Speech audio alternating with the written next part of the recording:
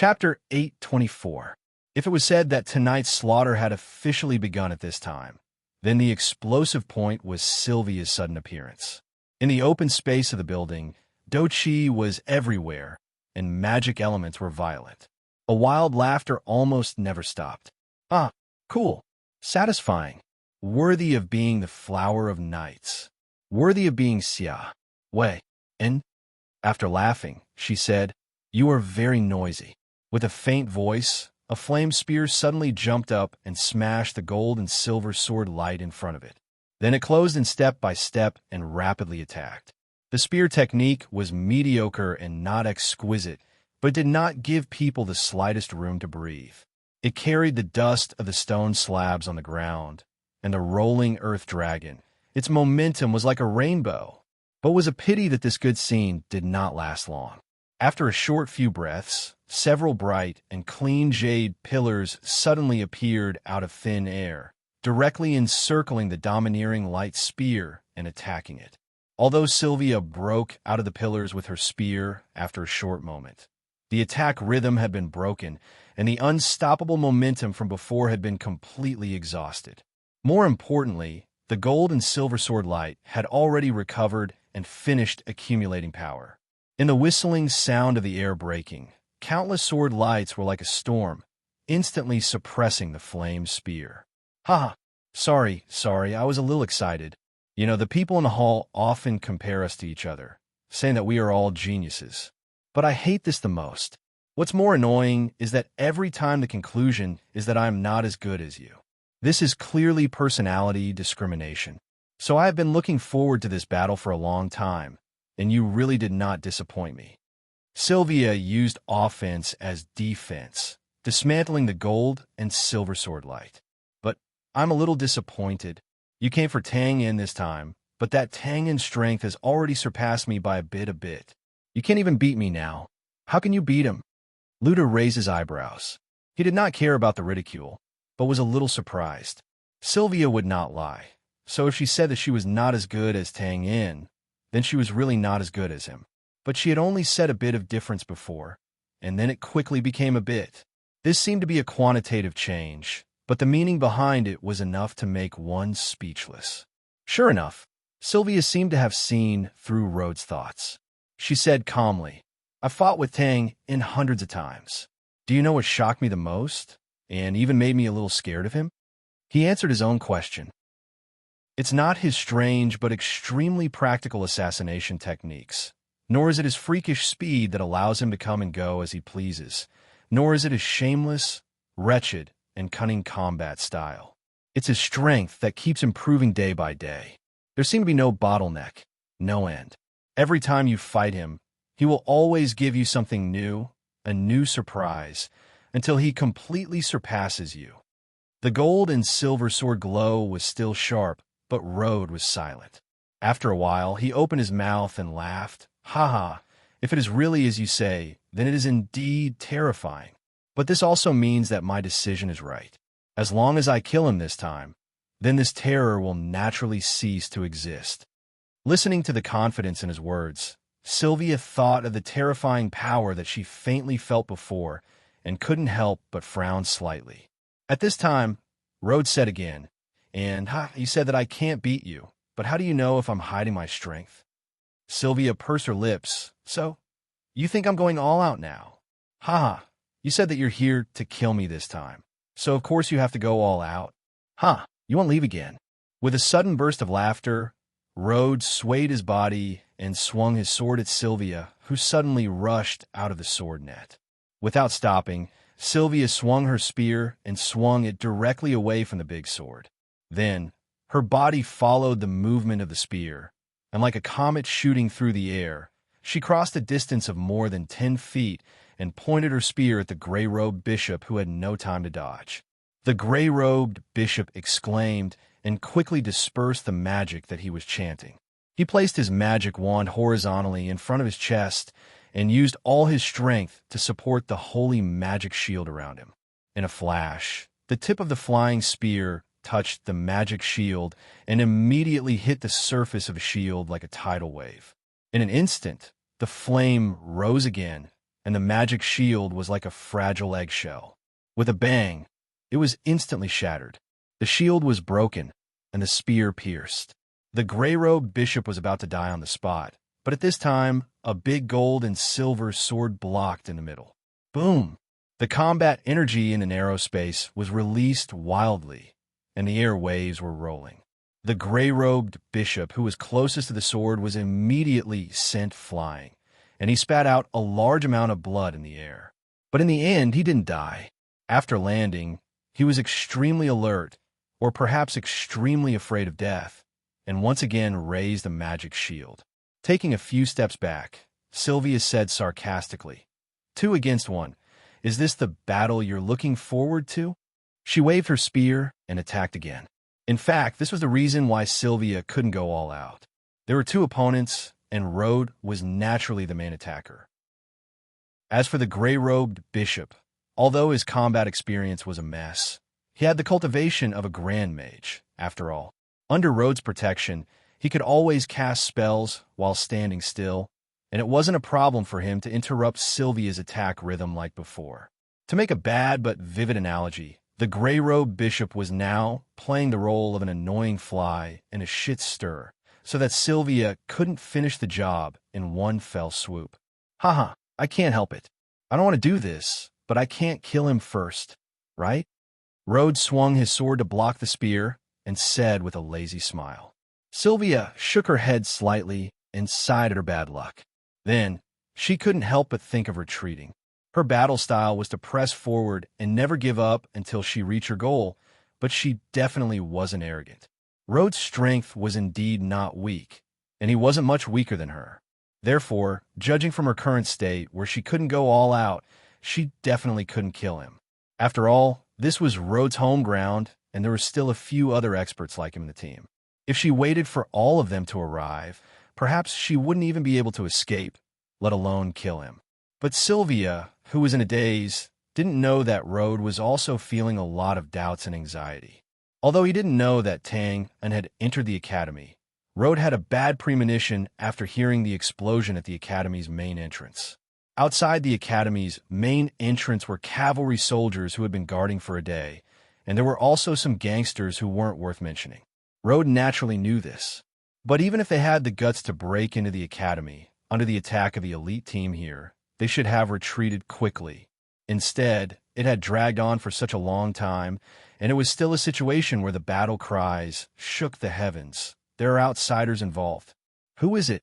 Tang in. Rode came to a conclusion with a slightly uncertain guess. Rode glanced at the back of the academy, where more than 1,000 students were imprisoned, as well as the Gray Coat Army's intelligence agency personnel. Rode knew in his heart that as long as Tang came in, his first goal would definitely be to save people, but he didn't know the situation there. After 100 thoughts flashed through his mind, Rode narrowed his eyes and suddenly shouted, "Cooperate with me. Go all out and try to finish the battle in 3 minutes." These words were naturally directed at the Gray Bishop.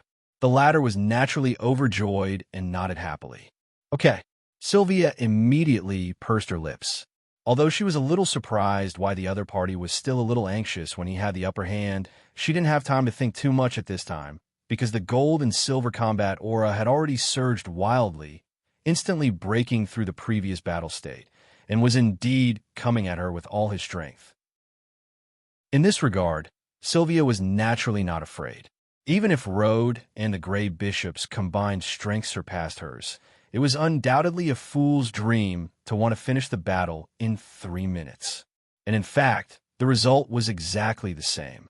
The superposition of strength was never as simple as 1 + 1 = 2. Rode, who went all out, was indeed terrifying. Even if Sylvia went all out, she wouldn't be able to take him down in a short time. But the Gray Bishop, who went all out, was really not good enough. Not to mention being able to assist Rode. In fact, his magic couldn't even be inserted into the battle. If the spell was cast too early, it wouldn't be a threat to Sylvia and would be broken easily. If the spell was cast too late, the magic would be instantly scattered under the collision and strangulation of the combat aura and be repelled outside. If the spell was too small, it wouldn't be effective. If the spell was too big, it would cover Road as well. After a fluster, the gray bishop awkwardly realized that other than adding to the chaos, he didn't have the slightest bit of effect. He couldn't help but blush and feel ashamed. In fact, this was the difference between an armchair strategist and an experienced battle. If it was a magician with rich, actual combat experience, he only needed to observe the battle for a moment, and he would be able to grasp the choice of all kinds of magic, the prediction of the timing of the attack, and so on perfectly. Even if he couldn't play a decisive role, he would definitely not be a hindrance. But the Gray Bishop had lived like a prince for many years, and his combat sense had long deteriorated to the point where he was at his grandmother's house. Previously, when the battle wasn't intense, he could still play a stance and attack. But now that the battle rhythm was accelerated, he was instantly dumbfounded. In less than 2 minutes, Road let out a long sigh. "Sigh, I think I've underestimated you enough. I didn't expect you to give me another big surprise. Well, I've given you a chance, but you can't blame anyone if you can't grasp it." As soon as he finished speaking, a groan suddenly came from the dazzling combat aura. Then, Road, half of his body, stained with blood, suddenly appeared behind the Gray Bishop like a ghost. He threw a punch, his face cold and ruthless. "Sorry, I've always felt that there's such a thing as a useless teammate." With a bang, the magic shield rippled, and the Gray Bishop, who was in a daze, was sent flying by the punch. His direction was exactly the path of the overbearing flame spear. "It's better if he's dead." Chapter 825. Road left, and he had a reason to leave. Although it was as he had said before, being able to fight with Xiao Weian was indeed something worth looking forward to. But after all, he had a mission, so after noticing that the atmosphere around him was getting weirder and weirder, he decisively chose to leave. Of course, it was not that easy for him to leave. Sylvia came here to kill him, so naturally, she would not let him go easily. So before Road left, he punched the Bishop in Gray. Punches could not kill people, but the power it contained was enough to push people into the abyss of death. The long spear cut through the air, and the flames were overbearing. Even if Sylvia wanted to spare him, how could she stop so easily when she went all out? But in an instant, the long spear hit the magic shield. This time, there was not even time to create a ripple, and the tip of the spear had already smoothly pierced through. Puff, the spear entered the body, and the noise returned to silence. Sylvia was Sylvia after all. Even though it was impossible, she still moved the tip of the spear and pierced through the lower abdomen of the Bishop in Gray. But unfortunately, if it was an ordinary long spear, it would not be fatal if it pierced through the lower abdomen, which was not fatal. But the spear in Sylvia's hand was the flame-long spear. The rising flames were the crystallization of the holy fighting aura that she had painstakingly cultivated for many years. How could its power be resisted by the fragile body of a magician? In a daze, Sylvia stared blankly as the overbearing flames on the long spear suddenly burst out, covering the old body, burning the luxurious robe, and finally drowning the ferocious old face. In an instant, he was reduced to ashes. Sylvia was frozen in the action of stepping forward and waving the spear with one hand. Her face was slightly pale, and she stood still for a long time without moving. Sylvia was naturally no stranger to killing people. Since the debut of the Knights' Hall and the headquarters, more than 10 years of bloodshed had passed, and countless evil souls had died under her hands. No matter how the other party cursed, scolded, and used foul language, even if they begged for mercy or turned to sneak attack, etc., they did not move her firm eyebrows at all. However, at such a close distance, Sylvia couldn't help but feel waves of discomfort in her heart when she saw the senior of the same sect that she had revered and respected turn into ashes under her gun. A moment later, the faint sounds of fighting in the distance gradually became clear. Phew! Sylvia let out a long breath of turbid air and slowly straightened her body. Her expression was calm and dignified. She put the spear on her back and said, "Rest in peace. It's better than your humble death under the trial and leaving behind a lifetime of infamy." This was not an apologetic explanation. nor was it a pretentious statement for her own peace of mind. Sylvia had her own will to stick to, so this was just a fact spoken in a slightly melancholy tone. He turned around and stopped thinking about it. Looking around, Sylvia's figure had long since disappeared. She muttered to herself for a few breaths before she gripped her spear and strode towards the back of the academy. That was also the direction that Rode had retreated to. Since I said I would kill you, I must kill you. Since you ran away, I will naturally continue to chase after you. However, after taking a few steps and bypassing a half-collapsed school building, Xiao Weian's footsteps couldn't help but stop. Turning her head to look, she saw that under the dim light of the fire, several dozen large men were waving snow-white machetes, roaring violently, and fighting with two spear-wielding figures. Although there was a great disparity in the number of people, the battle situation was exactly the opposite. The two spear-wielding figures had strict spear techniques and tacit cooperation. They easily suppressed the dozens of big men and had the upper hand. With Sylvia's eyesight, she could naturally see that the two spear-wielding figures were in fact the Holy Light Knights who had experienced hundreds of battles. As for those big men, although their machetes were vicious, their temperament was even more ruthless. Even if they were injured, they would still desperately brandish their machetes. However, it seemed that they had not undergone systematic training. Their machete techniques were not methodical. They only had brute strength and courage, but it was all in vain. They were more like thugs from a gang. Sylvia's guess was not far from the truth. This group of people were the thugs from the Twin Saber Society who had rushed into the academy, as well as the members of the Holy Light Temple who had come out to intercept them. However, even if she recognized the identity of the two, it was naturally not the reason why Sylvia stopped to observe. With her current realm, whether it was the level of the battle, the scene, or the fighting techniques, it was undoubtedly too clumsy. There was no value in paying attention to it. And if nothing unexpected happened, the winner would undoubtedly be the two Holy Light Knights. Perhaps they would suffer some minor injuries, but in the end, the ones who would fall would definitely be the dozens of big men.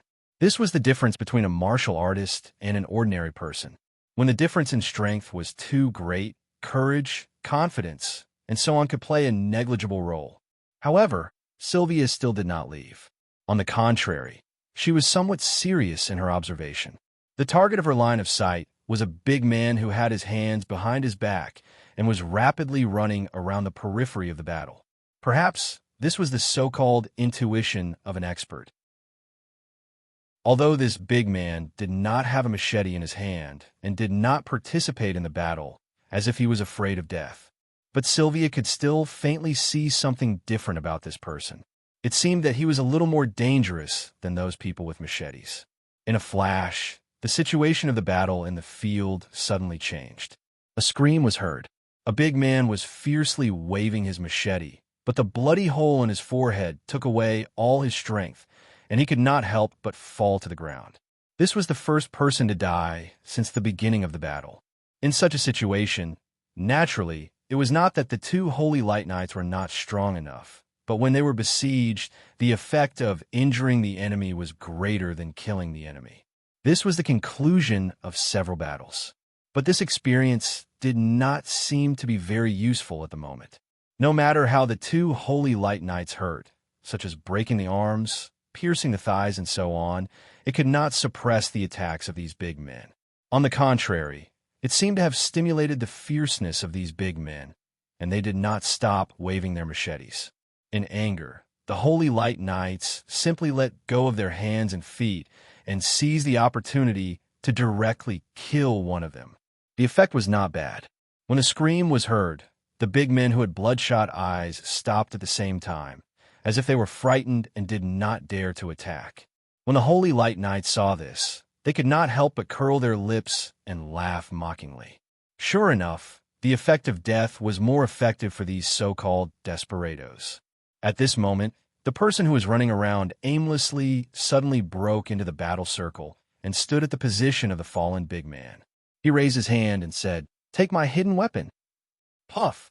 It was said to be a hidden weapon, but what was thrown out was a large piece of flour. In an instant, it spread out and directly shrouded the surrounding area. At the same time, The big men who were not afraid of death scattered and ran out of the flower area as if they had agreed in advance. When Sylvia saw this, she could not help but raise her eyebrows. She could naturally see that this was the last resort of the big men. But flower? What kind of attack was this? When she was puzzled, suddenly, eyes my eyes, two earth-shattering screams suddenly came out from the flower. It was like the cry of a crow in the night, mournful and sorrowful. Then two figures quickly rushed out of the flower area. It was the two holy light knights, but at this time, there was no longer a calm and mocking smile on their faces. There was only a face full of fear, and even the long spear was thrown away. They were rubbing their eyes and running wildly. From the rubbing of their palms, there was a pair of red and swollen eyes that were protruding out like peaches. It looked really terrible. F***CK. Brothers, let's go together and chop them to death. Seeing that the plan had finally succeeded, the big man who threw out the flower suddenly shouted in ecstasy.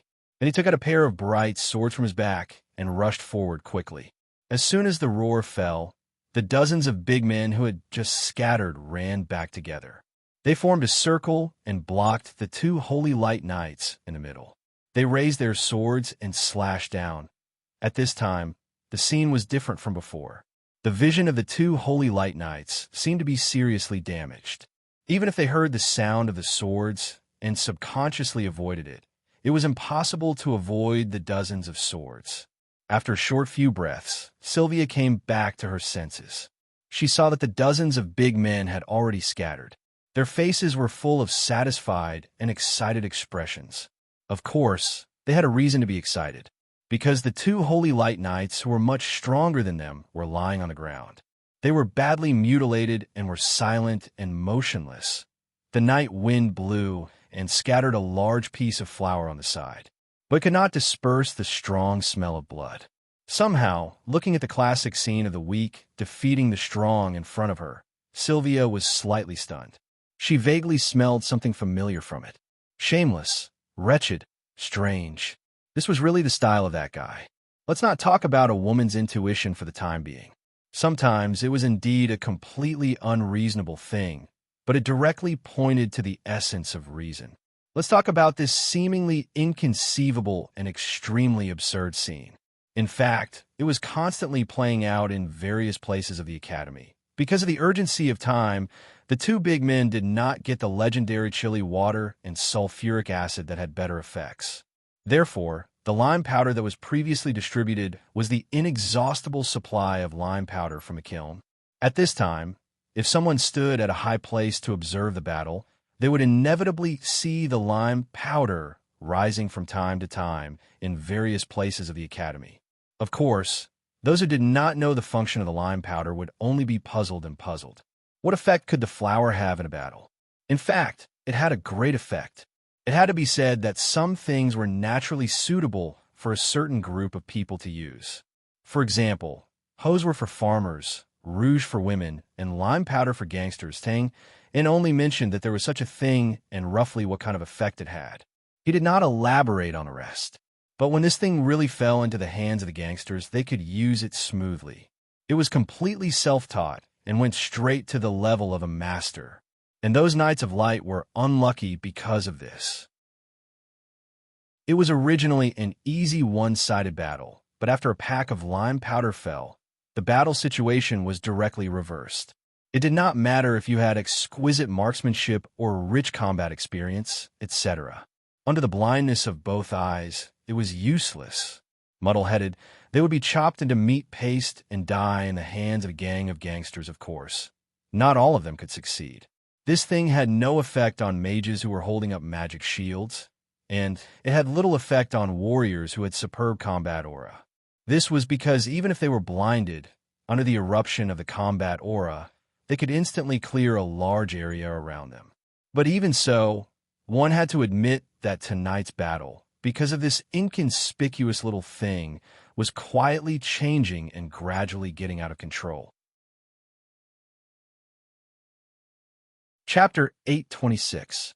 On the other side, the office building, one of the tallest buildings in the academy, was also the command center of the temple team. What? Heavy casualties?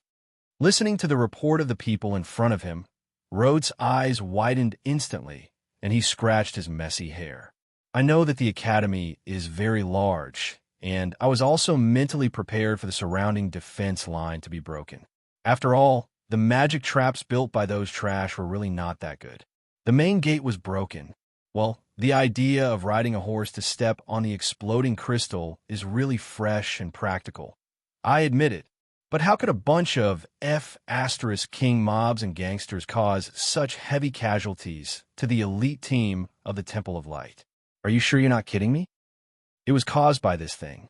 He handed over a packet of powdery things wrapped in newspaper.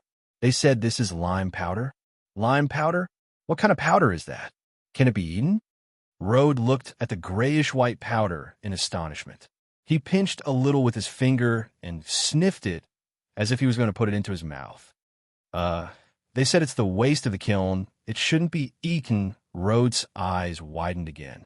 So, what caused our heavy casualties was actually the waste of the kiln thrown out by the gangsters. Well, I found that my ability to accept is still quite good. You continue. Once this lime powder is sprinkled and splashes into the eyes, it will cause a strong burning sensation. The pain is indescribable, and more seriously, it will cause blindness. This is what Jed said. Jed, the knight with the strength of a high-level warrior? The description is so detailed. So he was also hit? Oh, yes. This thing is sprinkled at a close distance. If one is not prepared, it is easy to be hit. Rhodes first rubbed his eyebrows, then clapped his hands and sighed. Sure enough, there is knowledge everywhere. Everyone, remember today, the gangsters gave us a vivid lesson. Well, how do we deal with this thing? Can we wash it with water? It shouldn't be. Jed only splashed a little before and could still see something vaguely, but after killing those gangsters and washing it with water, well, his eyes are now completely burned. It should be confirmed that he will be permanently blind. I will mourn for him. After a moment of silence, Rhodes nodded expressionlessly. Then he gazed through the crystal glass window at the chaotic academy. In that case, we're gradually losing control of the situation. It's still under control. Although we have the lime powder, their strength is still far inferior to ours. Right now, they are only active in front of the academy. He waved his hand and interrupted. Apart from these, is there any other news, such as Tang in? For the time being, there is no clear news that Tang and has appeared. However, other than the Sylvia you mentioned, there are also some unknown black-armored people who have entered the academy. Their whereabouts are unknown. Obviously, the situation was not completely out of their control. However, due to some unplanned factors, their previous deployments in various parts of the academy have been disrupted. First of all, there was a gap and lag in the information. Rhodes frowned and thought for a moment, then waved his hand and said, in that case, apart from the mages, the knights will gradually abandon the area in front of the academy. Concentrate your forces at the rear of the academy. You must keep an eye on those captives. This was a wise move, but also a helpless one. It was wise that no matter how the situation developed, as long as they saw the captives, Tang In would definitely not be able to avoid this place, no matter when he came.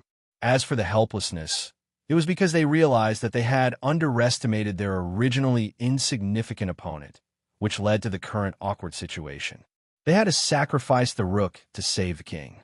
However, as soon as Rhodes finished speaking, before the few people in front of him could respond, the door was directly pushed open. The person who came in said anxiously, Sir, a group of black armored people forced their way into the dormitory building. The dormitory building was naturally the student dormitory building, which was also the place where they held the captives of the Grey Coat Army. Aha! They finally appeared. Rhodes laughed loudly. Instead of being surprised, he was delighted. Since they came for the captives, it could only be Tang, who had been waiting here for so long. His figure flashed, and like a gust of wind, he rolled out of the door and disappeared in an instant. At this time, in the dormitory building at the rear. Since it was used to accommodate thousands of students, there were countless rooms here. In one of the rooms, more than 30 people were squeezed together. Their hands and feet were tied with iron chains, and they were leaning against the wall with their heads lowered. There was no doubt that these 30 people were the former members of the secret organization and the current captives. In fact, there were originally more than that, but more than a dozen people had died in the so-called trial. It had to be said that although the temperamental Road looked more like a lunatic and often did inexplicable things, it was precisely because of this that people couldn't help but fear him. Therefore, after hearing the sound of dense footsteps coming from the corridor outside the door, the atmosphere in the enclosed room suddenly changed. Previously, except for mealtimes, whenever there were footsteps outside the door, it meant that Road had come to select the subjects for the trial. He didn't extort confessions, nor did he torture them. Every time, he would just randomly pick a few people, and then someone would take them out to be judged. And except for the first special situation, none of the people who went out came back alive every time. Most people were naturally afraid of death. However, if they knew that they would face death once they made a mistake, their mental strength would naturally be much stronger than ordinary people. So in the beginning, after these members of the secret organization found that they weren't muted, they encouraged each other to keep the secret, even if it meant death. But this fearless situation unconsciously changed when some people found that the subjects Road picked for trial were selected from the row of people near the left wall of the door. Death wasn't scary, but who would want to die if they could live? That's right, there weren't many captives here, and it didn't seem to make much of a difference whether they died early or late. But what if someone came to save them during this interval? Didn't this mean that as long as they were at the back of the list, their chances of survival would be greater? At least, it would be much greater than those who would die immediately. Again, who would want to die if they could live? Even if they knew that there was only a slim chance of survival, it was enough to make people burst with greed and fight until their heads bled. Perhaps this was the reason why Road chose people according to the rules. He just threw out a simple rule casually, and naturally, there would be people willing to play this game. In the silence, a big man on the left wall slowly stood up and looked at a thin young man opposite him with a blank expression. Boy, let's change positions. Although these people belong to a secret organization, they might not be from the same city, and they might not know each other. Of course, Road and the others had only destroyed 3 organizations, so naturally, there were people who recognized this big man. Without waiting for the thin young man to answer, a middle-aged man on the left gloomily raised his head and said sternly, "Kai Luo, sit down." Hearing this, the big man hesitated, but when his eyes swept over the silent people around him, his heart suddenly relaxed. Sometimes silence represented tacit agreement, but also approval. Obviously, he wasn't the only one with this selfish idea. He was just the first to stand up. Thinking of this, he slightly raised his head and took a step forward, the heavy iron chain falling to the ground. "Sorry, Big Brother Lay Sr., I said, fucking sit down." A deep roar reverberated in the room like muffled thunder. The middle-aged man, called Lay Sun, leaned forward, his eyes narrowed like a blade, as if he wanted to bite someone. "This is not an organization, and you are no longer my lord." The big man, called Kai Luo, didn't even turn his head. He directly stepped in front of the pale and thin young man, his hands that were bound by chains curled into fists and raised slightly. "Seeing that we used to be together." Before he finished speaking, he suddenly roared, "If you don't sit, die." Hearing this, Kai Luo suddenly turned around, but when his figure was halfway turned, he was knocked to the ground by Lay Senator. Then Lay Sun raised his fists, his expression twisted and fierce, and smashed the chain heavily on Kai Luo's head. Clang! Sparks flew everywhere. Kai Luo was stronger. He urgently raised the chain to block his face. But this metal collision seemed to break the shackles in the hearts of some people in the room, and a few more figures slowly stood up. They didn't speak, their eyes like snakes staring at their targets, dull steps. Loyalty, friendship, honor. In the face of the great terror of life and death, some people held it tightly in their arms, and some people threw it away like it was a pair of worn-out shoes. So in a short period of time, the small room fell into a chaotic battle, blurring the figures, only the roars of beast-like fighting, as if a group of demons were dancing. Chapter 827. No one knew how ugly and repulsive they were before the last layer of cloth was torn off. The small room was narrow, and with more than 30 people inside, some of them had to lean against the wall on the left side of the door. This position was randomly chosen when they first came in. At that time, there were many of them, so they could only stand. Later, some people went out and died, creating space for everyone to sit down. Now, after knowing that the left side of the wall had become a direct path to the abyss of hell, some people were not satisfied with their positions and stood up again, wanting to snatch others' positions. Those who were forced to change positions were naturally not satisfied and also stood up to resist. There were also people like Racin who were simply not satisfied with the act of snatching, who also stood up at this time. A chaotic battle, an endless chaotic battle. Their hands and feet were tied, and everyone's attack methods were limited. They could only bite like wild beasts, use their heads, use their bodies to press down, roll, and when they had the upper hand, they could lift the heavy chain and smash it down heavily. It was also because of this that there were casualties from the beginning of the battle. The most primitive methods were often the most direct. Amidst all kinds of unclear roars, a strong smell of blood instantly spread in the small room. The stench was pungent. It was at this moment that the tightly shut wooden door suddenly opened with a creak. Firelight shot into the room, illuminating the chaotic situation of the tumbling and tangling in the room clearly. Both inside and outside the room were silent. The people outside the door did not seem to expect to see this scene, and the people inside the room did not know if it was because they were scared or because the light illuminated some people's ugliness, dispersing their shameless courage. They froze in a daze, staring at each other in silence. A few breaths later, I seemed to have come at the wrong time. A hoarse and indifferent voice sounded, and a figure wearing black armor appeared at the door, walking into the room with a flame behind his back. His face could not be seen clearly, but a cold silver light flashed under his hood. Gray space? Sir, the people of the secret organization naturally recognized this black armor with a dagger and skull symbol on the left side of his chest, and shouted in surprise. Racin fiercely pushed away Kai Luo, who was already stunned, and took a few steps forward with a face full of dirty blood, bowing. The atmosphere in the room suddenly lightened, and some people who reacted were immediately overjoyed. Seeing a gray space here, it undoubtedly meant that there was hope for survival. Some people like Kai Luo had wooden expressions as they lowered their heads and subconsciously hid behind the people around them. The black armored man raised his head slightly, revealing the cold and strange silver mask under the brim of his hat. He sized up Lei's son and looked at his broken nose. Blood spurted out. Then he moved his gaze away and scanned the field. In the end, his gaze fixed on a gray-robed man who stood up slowly in the corner with a joyful expression. Out of everyone present, his body was the cleanest, without any injuries. You didn't participate? The gray-robed man shook his head. The silver-masked man nodded. Very good. Come here and tell me what happened here. Pause for a while. Time is limited. Keep it short.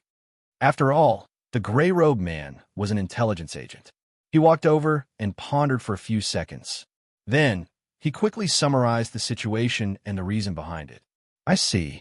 The corners of the silver-masked man's mouth curled up slightly, as if he was mocking him. Then he swept his gaze across the field again. Some people held their heads high, while others subconsciously avoided eye contact. He said, Since you didn't participate, you must have seen the situation clearly. In 10 seconds, pick out the people who wanted to change positions. The gray-clothed man was stunned when he heard this. Then he felt the gaze that fell on him.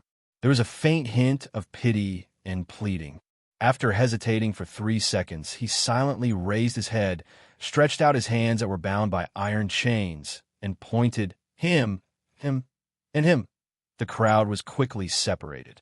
More than 10 people stood on the silver-masked man's side, and more than 10 people who were pointed out stood on the inner side of the room. Other than the sound of blood falling to the ground, no one spoke. The silence was terrifying. Do you have any opinions on this? Or do you have any other candidates? The silver-masked man turned to look at Lei Sun and asked, I don't know. This was the truth. Lei Sun was the first to rush out and suppress Kai Luo. Then, he was pressed to the ground by Kai Luo's strong body. Naturally, he didn't know who else took advantage of the chaos to snatch the position. However, when he saw Kai Luo and the others' gloomy expressions, he hesitated and said, "How about give me a chance?" As a member of the secret organization, Lei Sun naturally knew what kind of methods the people in the gray space had. It could be said that after the crowd was separated, the fate of Kai Luo and the others was already decided. But after all, they had worked together, not to mention that Kai Luo and the others were his former subordinates and brothers. He naturally couldn't bear it. They didn't seem to give you a chance just now. The silver masked man looked at Lei Sun's broken nose and said with a faint smile. Then, he thought of something and asked, "Is Raymond here?" "Mr. Lei isn't here. He was taken away by that madman." "Where?" "I don't know." The silver-masked man frowned when he heard this. He then shook his head and walked a few steps forward. He glanced at Kai Luo and the others. "Tell me, should I give you a chance?"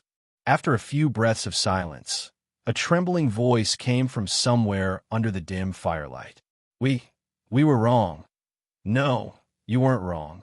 The silver-masked man unexpectedly shook his head and said calmly, "Although I've always felt that betrayal because of fear of death is the most boring thing in the world, I admit it. For the sake of life, nothing is too excessive. This is human nature. It has nothing to do with loyalty, so there's nothing wrong with it. What's wrong is that when you made this decision, I just happened to meet you. I was also a traitor and made a lot more noise than you. It's just that I was lucky to meet someone who was willing to give me a chance." With a flip of his right hand, a pitch-black dagger appeared in his palm. He continued, "In comparison, your luck is much worse. You met me. Introduce yourselves." I won't say your names. I've already forgotten them. You only need to know one thing. Now, I'm dedicated to cleaning up traitors." As soon as he finished speaking, his figure suddenly flashed like a ghost. There was no sound of wind. Only a few demonic blade lights were faintly discernible among the dozen or so people.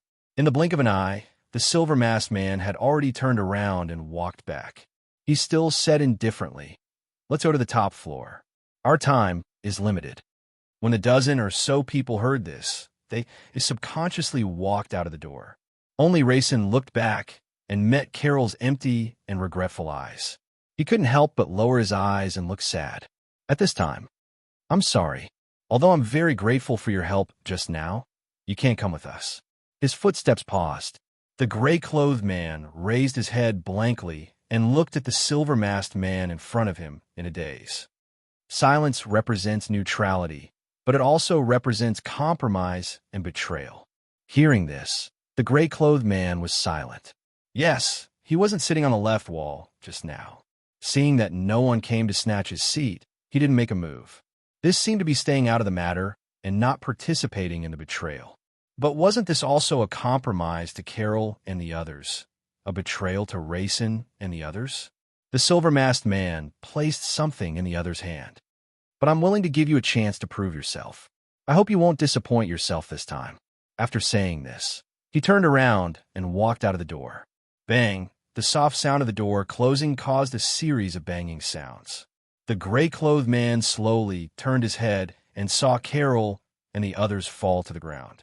The black liquid spread out in a large area, and the smell of blood instantly filled the entire room. He unconsciously swallowed his saliva and his body trembled. He could only gently hold the warm jade in his hand. A moment later, the corridor was filled with dense footsteps again. F*CKU. A bunch of trash. You only know to report after being secretly infiltrated for so long, and you still say that you forced your way in? How shameless. Fortunately, I left a trick on my sleeve. Quick, which room was it? Go in and see if there are any traces or clues inside. Carrying the big sword, Rode walked over cursing. He looked very unhappy. Not far ahead, a few knights had already arrived in front of the prison house. Their faces were full of shame as they blocked out the cursing and reached out to pull the chain on the door. At this time, Rode's footsteps suddenly stopped. His nose twitched, and his expression suddenly changed. Wait, before he finished speaking, the wooden door was violently pulled open with a creak. The bodies of the knights who were about to step in suddenly tensed up, and their pupils rapidly contracted. In their line of sight, a gray-clothed large man stood quietly behind the door, and his head was lowered as he stared at the wine-red crystals spread out in his palm with a concentrated expression. Exploding crystals! Just as this thought appeared, the gray-clothed man suddenly raised his head. His pale face was distorted like an evil spirit from the abyss. Tightly, he suddenly clenched his fist. Die! The violent roar had just left his mouth when it was immediately drowned out by the earth-shaking explosion. Boom, boom, boom. Flames flashed fiercely. The first few knights of light who bore the brunt of the explosion were like leaves in a storm. They were casually thrown away and disintegrated in the air in the next moment. Then the billowing air waves and monstrous flames hit the opposite wall and turned back to the corridor on both sides like crazy demons, swallowing everything. Chapter 828. P.S. Yes, you saw the title. Today is the first day of the college entrance examination. Who knows how many mischievous third-year students are reading this book? However, I sincerely wish you all a smooth college entrance examination and a successful counterattack. Hearing the violent explosion, a group of people who had just escaped from the canteen roof 100 meters away from the dormitory turned around to look back. The silver-masked man was looking at the third floor of the dormitory that was ablaze. The explosion did not surprise him because it was something that he had expected. What he did not expect was that the quality of the dormitory was quite good. The power of a few exploding crystals was not enough to cause the building to collapse. It only flipped over half of the third floor. Racine and the others were also looking, but their gazes stopped at the empty space between the two buildings. Not long ago, there was an imperceptible black rope that had directly sent them here from the roof of the dormitory. That feeling of being as fast as lightning was exhilarating, so exhilarating that their legs went soft. Waving his hand, the silver-masked man said without turning his head, "Take them out." More than 10 figures in black armor nodded lightly and rudely lifted Racine and the others by their sleeves and carried them off the roof as if they were pinching little chicks. Soon, they disappeared into the dark and obscure night. The silver-masked man did not leave. He was still patiently looking at the third floor of the dormitory, focused and serious, as if he was waiting for something to come out. In fact, in just an instant, a flaming man jumped out of the sea of fire on the third floor with rubble and debris and fell rapidly. He did not fall to his death on the spot. Instead, after landing, he rolled continuously and threw himself at the flames on his body to extinguish them. He looked very valiant, but also very pathetic. Soon, several figures surrounded him, seemingly concerned. However, that flaming man did not die from the explosion of the exploding crystals, but seemed to be a little angry. He impatiently waved his hand to get everyone to leave. Faint curses drifted out with the wind, and then the man simply left, quickly running towards the west. At the same time, the silver-masked man who had been patiently waiting for a long time also moved. He instantly disappeared from where he was and followed behind. At this time, the academy was divided into several small battlefields, and it was becoming more and more chaotic. The people outside wanted to come in, and the people inside wanted to go out. Those who wanted to come in had already come in, but they had not gone in deep enough. For example, Sylvia was very unlucky. She wasn't good at hiding, so she didn't manage to catch up with Rode. Instead, she was entangled by several powerful knights and mages, so she could only stop and fight. Another example would be the two Jianghu bigwigs. Although they had killed quite a number of knights with the help of lime powder, the huge gap in strength still made it difficult for them to advance. It was very difficult for them to advance to the back of the academy. As for those who wanted to get out, besides the lucky ones like Racine who had strong reinforcements, most of them were trying their best to save themselves. Shan Shui Hall, Great Hall. Because of the obsession of a certain lunatic, the 1,000 students here were still imprisoned. Because it was located at the back, the flames of slaughter in the front yard had not yet spread here, so it was still relatively calm. The inner walls of the auditorium had countless colored crystal glass, so the people inside could naturally see what was going on outside. At this moment, there were countless small faces reflected on it, and most of them had fear in their eyes. This also fulfilled the lunatic's wish. These 1,000 students were indeed acting as spectators, silently watching everything. There weren't many guards in the Shui Hall, and there weren't any decent experts either. However, it was enough to watch over the 1,000 students here. But now, there were two small figures sneaking around the outermost area of the Shui Hall, peeking at the tall figure beside the thick pillar not far away. They were two children, one boy and one girl. They were the most mischievous students in this academy. Logically speaking, under heavy surveillance, they should be in the auditorium right now. But because of their mischievousness, whether it was Rhodes' group or the principal's teachers, to a certain extent, they weren't as familiar with the terrain as they were. Therefore, they still managed to sneak in. It was a pity that the secret passage only led to here. If they wanted to go out and get reinforcements, they had to knock down the man beside the pillar, a knight with a spear. They moved around like little mice and even had a silent argument. In the end, the taller girl suppressed her companion's opinion and struggled to lift a flower pot, slowly moving to the back of the pillar. One had to admit that the advantage of being a child, in addition to the rich experience of avoiding the teacher's gaze in class, allowed them to sneak in exceptionally smoothly. Their petite figures perfectly hid in the shadow of the thick pillar. At this moment, the tall knight, who was only a pillar away, still didn't notice them. Their plan was simple, to knock the tall knight out with a flower pot. But in reality, this plan was a little complicated, because the best way to knock someone out was naturally to hit the head. But due to the height restriction, they might not be able to reach it even if they stacked up. Fortunately, their rich experience of mischievousness helped them again. The little girl pulled out the flowers in the flower pot and threw them to the side of the pillar. This slight noise indeed attracted the attention of the knight. He quickly turned around, took a small step, and cautiously stuck his upper body close to the pillar. This time, the little boy who came from the left side of the pillar swallowed his saliva and closed his panicked eyes. He opened his arms and pounced forward. Roar!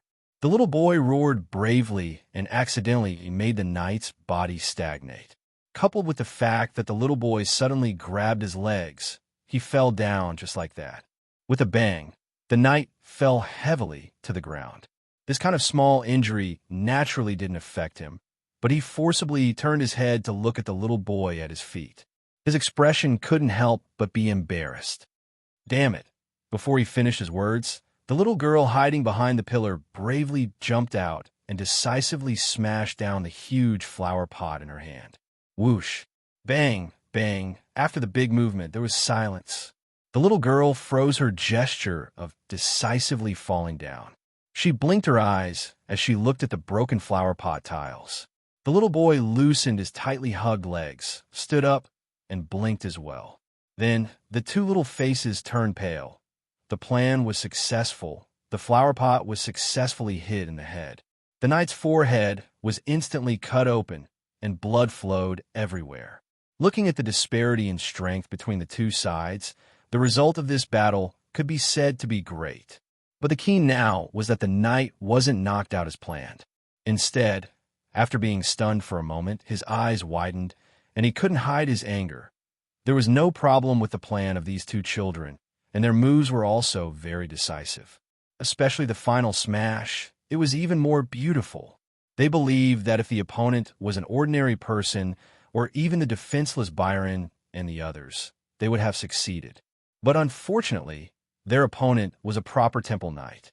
Although the years of training didn't make the knight's body as hard as a rock, how could he be knocked out by a flower pot? Sitting on the ground, the little boy panicked and crawled backwards, crying and shouting, "Don't kill me, I only hug your legs, woo. I'm an accomplice. The one who hit you wasn't me, wah." "Shut up." The little girl glared angrily at her disloyal companion and took a few steps back. Although there was an unconcealable panic on her delicate face, she still pretended to be calm and said in an anxious voice, "We were wrong. We admit defeat. But our father is the boss of the Green Clothes Gang and the Twin Blades Gang, so we can compensate you for all your requests." It had to be said that girls were indeed more mature than boys. Therefore, although the way they imitated an adult's negotiation was a bit funny and cute, they still successfully expressed their meaning. "Our father is the boss of the gang. You can't kill us, or else you will be retaliated." But unfortunately, not to mention the fact that their backing was insignificant in the eyes of this knight, the knight who was filled with intense shame and anger couldn't listen to these words at all. He roared ferociously and slapped the ground, his long spear piercing towards the little girl's forehead like the wind. The little girl naturally couldn't dodge this spear. She didn't even have time to close her eyes and could only watch foolishly as the cold spear tip came closer and closer, closer and closer. Suddenly, bang!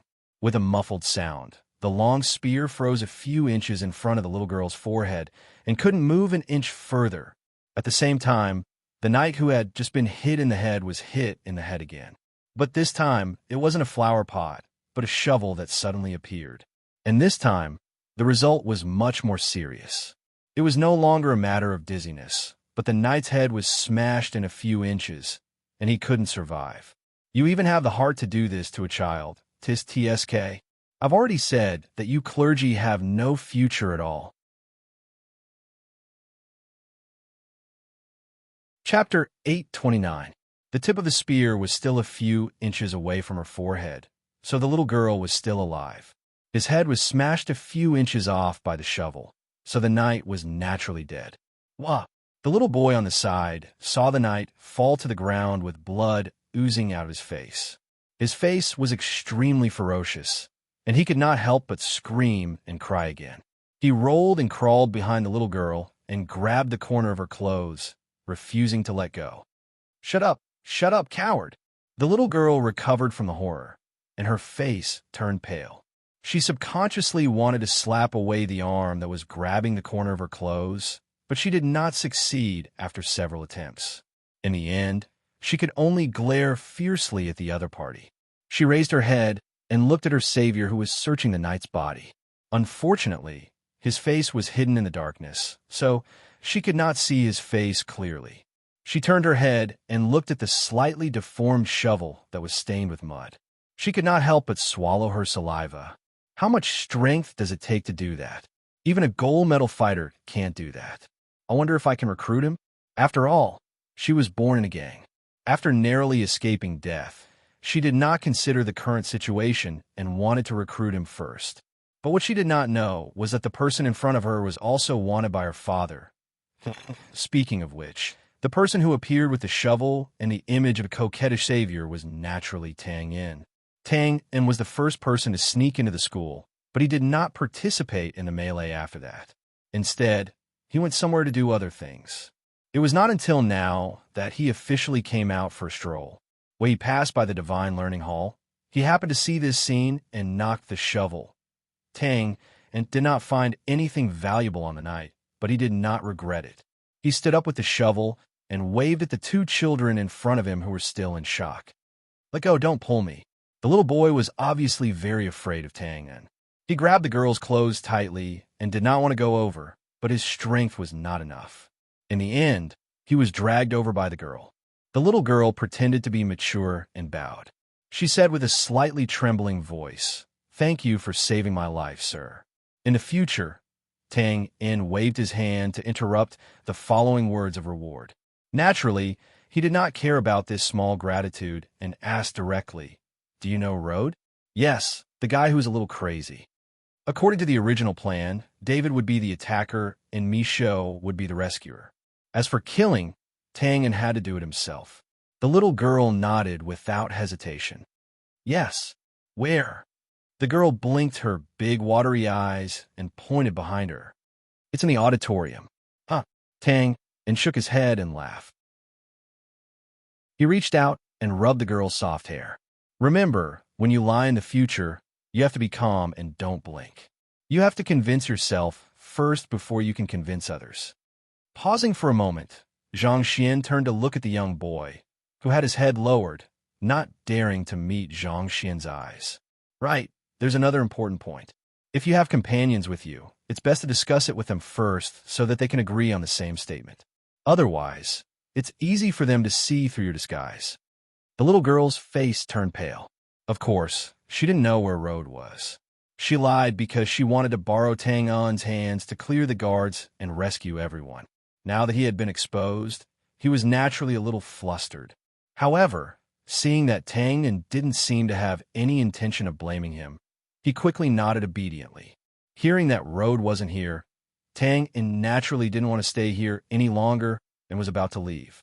But at this moment, his ears moved slightly as he heard the hurried footsteps inside.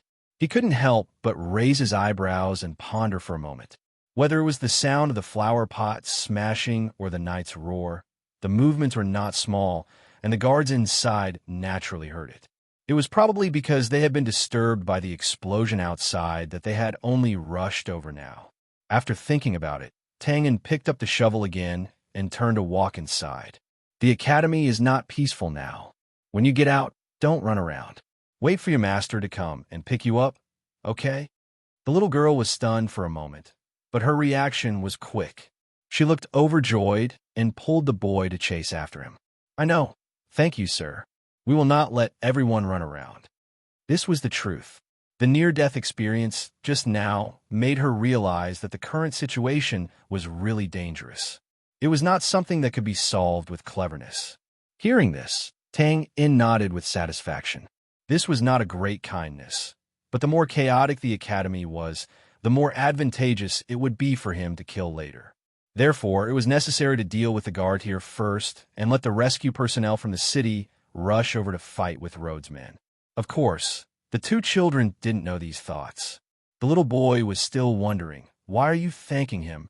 Oh, why are you going back? Is he going to help us? Ah, don't hit me. Dong, a crisp sound. Looking at her companion who was about to cry, the little girl retracted her finger and scolded him angrily. Shut up, you idiot. Oh, the little boy who had just reacted looked very wronged, but he was afraid of the other party's abuse of power for a long time, so he still responded weakly. And at the next moment, his eyes suddenly widened, as if he had seen a ghost in broad daylight at the corner, a few steps away. Tang An suddenly threw the shovel with a backhand, and at the other end, a figure rushed out quickly and came to the path of the shovel. This scene of tacit understanding was as if it had been simulated 1,000 times in advance. It was really strange. With a muffled bang, the knight who rushed out first followed in the footsteps of his previous companion. His head was also smashed a few inches away, and his facial features were bleeding. It looked very terrifying. The little boy who had been staring also noticed a detail.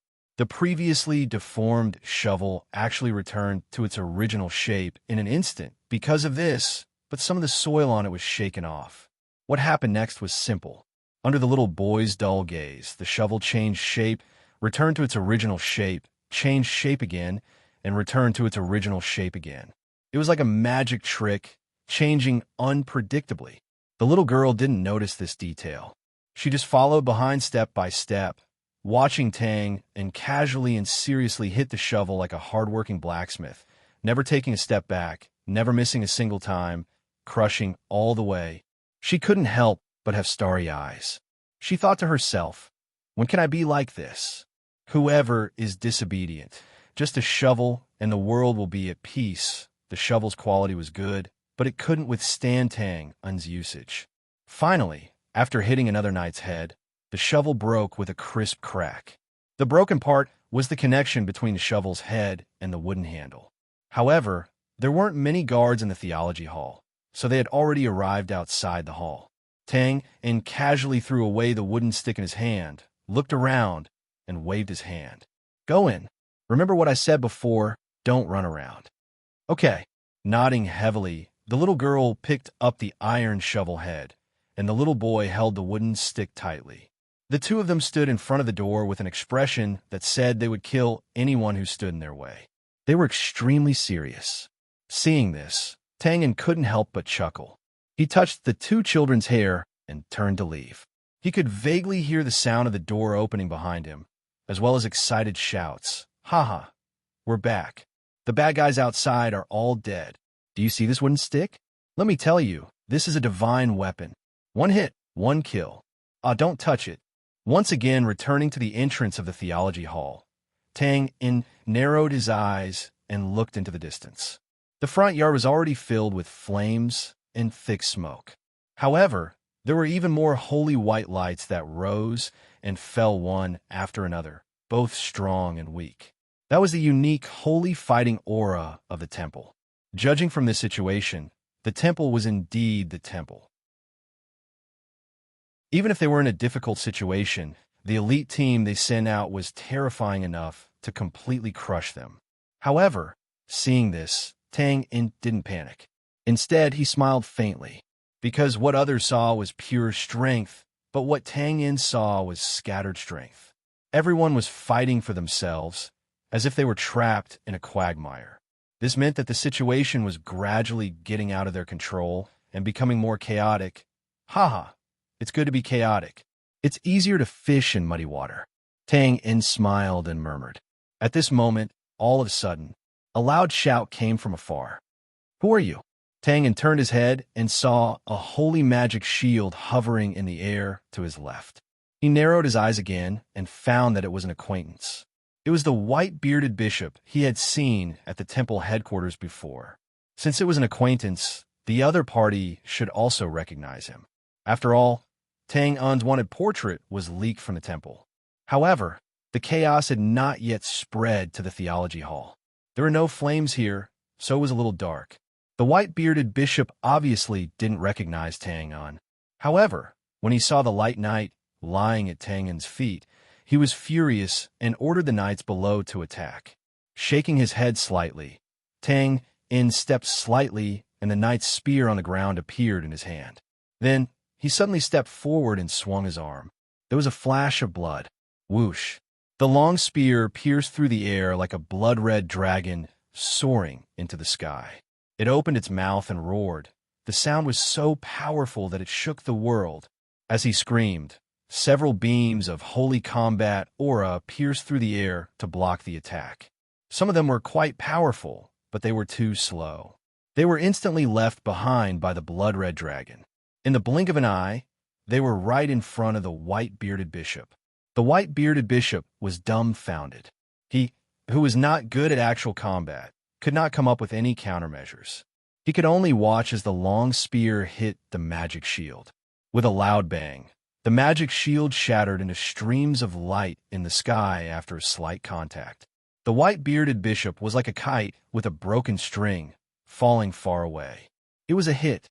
However, breaking the magic shield did not mean that he could kill the person inside. Tang In was slightly stronger than Sylvia, but this long spear was not Sylvia's flaming long spear.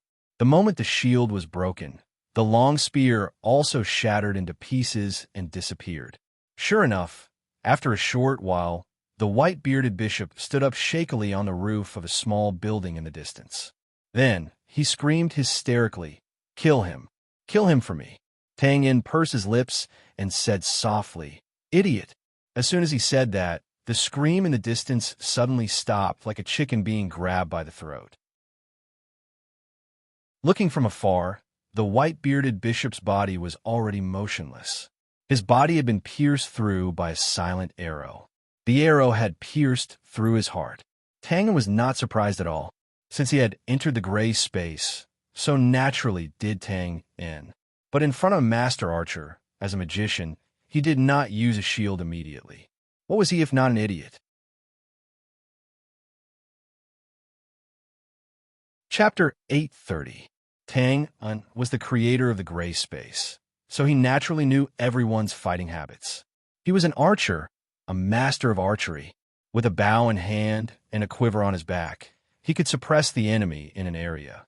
Of course, in order to achieve this effect, he had to find the best position to shoot from before he attacked.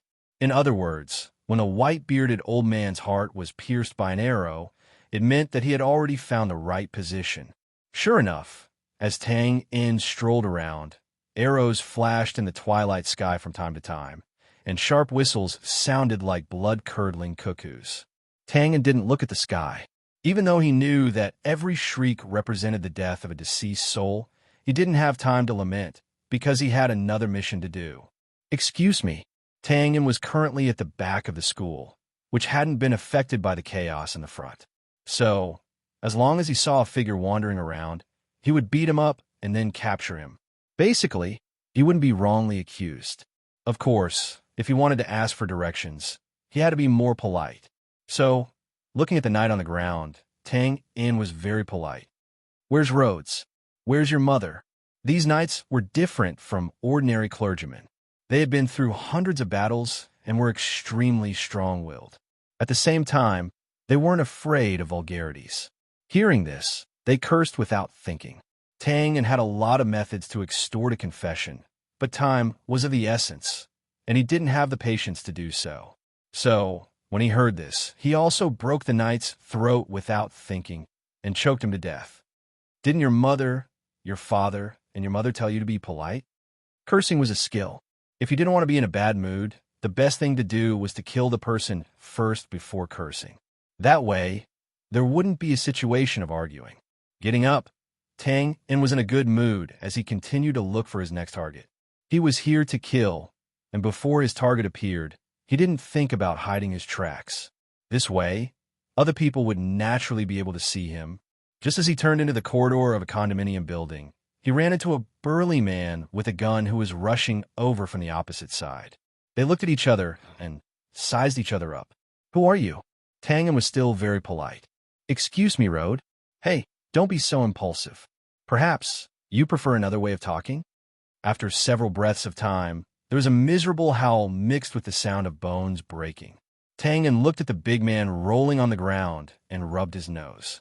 "I told you not to be impulsive. Where's Road?" Pause for a while. "You don't want to say? Perhaps you prefer another way of questioning?"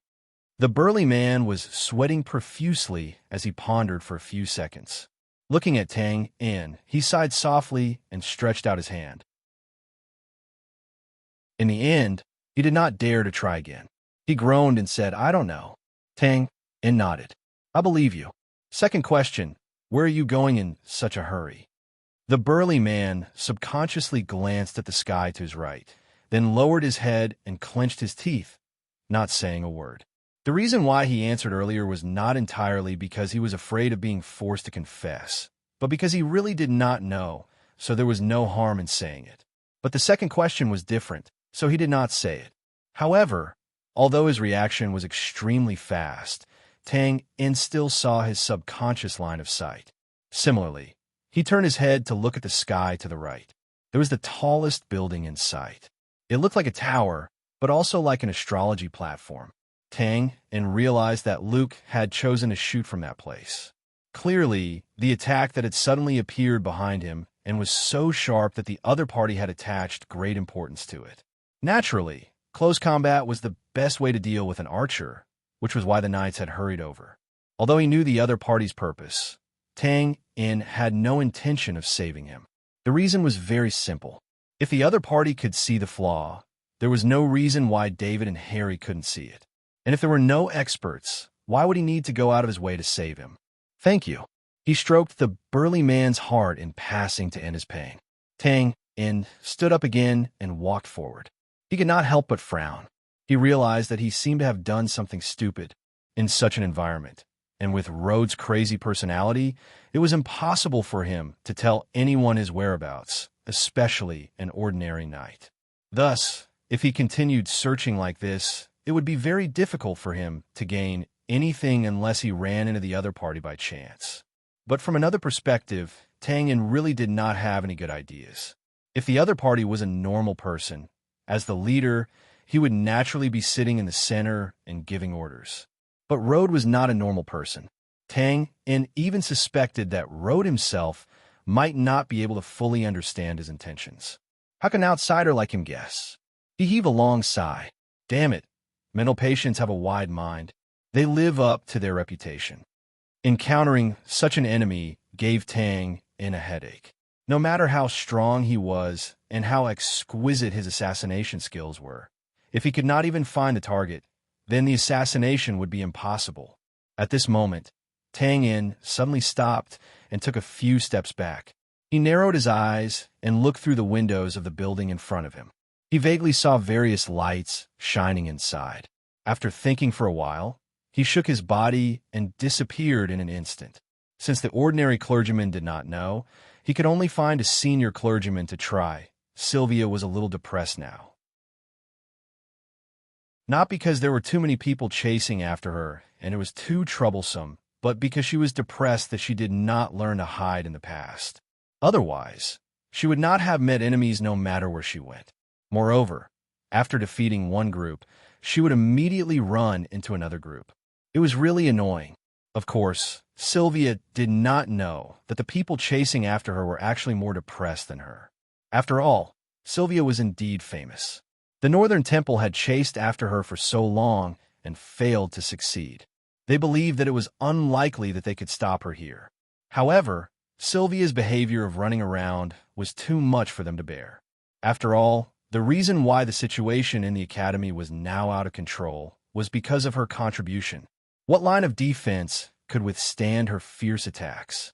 And once the line of defense was broken, the cavalry and the like would break in and tear the gap bigger and bigger, eventually causing the situation to become more chaotic. Those from the temple who stayed in the office building to conduct the overall command were now on the verge of tears. If they had a choice, they would use a luxurious carriage to open the way with flower petals and respectfully invite her out of the academy. Unfortunately, Sylvia did not know these things. She only knew that there were more and more people chasing after her, and she had to run around. She ran wildly, and her figure was reflected in the glass doors and windows in a flash. She ran upstairs and turned corners when she saw stairs. Sylvia's speed was not bad. Otherwise, she would not have been able to chase after Tang Yin for several months. It was not until the noise behind her gradually disappeared that Sylvia stopped at the corner of the third floor of an unknown building. She stretched out her hand to support herself against the wall and gasped for breath. She looked a little tired. After all, Sylvia was not made of iron. Naturally, she would be tired in such a dense battle. However, just after 3 breaths, a small group of figures suddenly appeared on the opposite side of the corridor. They stopped and looked at each other, anxiously shouting, "Here! She's here! Here they come again!" Sylvia pursed her lips expressionlessly. She suddenly jumped up and jumped over the railing of the corridor. Her body fell slightly, and then she tapped the railing on the second floor with her spear and flipped over. Second floor. She went to the second floor. Quick, stop her. She broke through the wall and is in the left corridor. She's gone. She's still on the third floor. Be careful behind you. The sound of walls collapsing, the sound of weapons colliding, and from time to time, terrified roars could be heard incessantly. This building that occupied a large area seemed to be trembling. It would not be surprising if it collapsed in the next moment. This was the super strength of the Knight's Flower. It was a strength that made people tremble. Continue to call people over. I want to surround and kill her. Under the building, Byron said coldly with a gloomy face. The middle-aged knight beside him frowned. "Sir, we can surround and kill her. But the real enemy has already entered the academy. We don't have that much time to waste here. Moreover, this is not in line with the plan. Don't talk to me about some stupid plan. I only know that my enemy has already appeared." Byron pointed at the chaos on the third floor and waved his arms. His expression was ferocious. "Now kill her." "But Sir Rhodes," he rudely interrupted. "Rhodes is not here, so I'm the only one here who is Sir." Byron stood in front of the middle-aged knight. His eyes were glaring, and his face was as cold as ice. "Or do you want to disobey the orders of your superior and be directly judged and killed by me here?" After a moment of silence, the middle-aged knight turned his head and looked at the large group of knights that had just gathered. He waved his hand. "Seal this place." "Very good." Byron also turned his head and looked at the few excited bishops behind him. He narrowed his eyes. "Let's go in and enter. Even if we can't complete the mission in the end, at least with the company of the Knight's Flower, we can rest in peace in the Garden of Repose."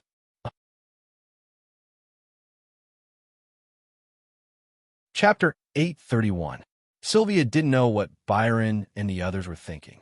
Even if she knew, she wouldn't care. Because she came here to prevent Byron and the others from resting in peace, and she didn't think they would enter the reclining garden. Because her spear would send them to the court of judgment, where they would be tortured by the soul evil fire, interrogated by their conscience, and finally fall into the abyss of hell. Of course, the prerequisite was to solve the problem at hand. With the addition of the Knights of Light and the Temple Mages, the three-story building was completely sealed off. No matter where they went, before they could even take a breath, they would be discovered and hunted down. But Sylvia was still fighting. She was a rare martial arts genius of the temple and a combat genius. As long as there weren't any void-level fighters, it would be difficult for her to be trapped in one area, no matter how many people there were, especially when she started killing people. Sylvia didn't want to kill people, especially clergymen.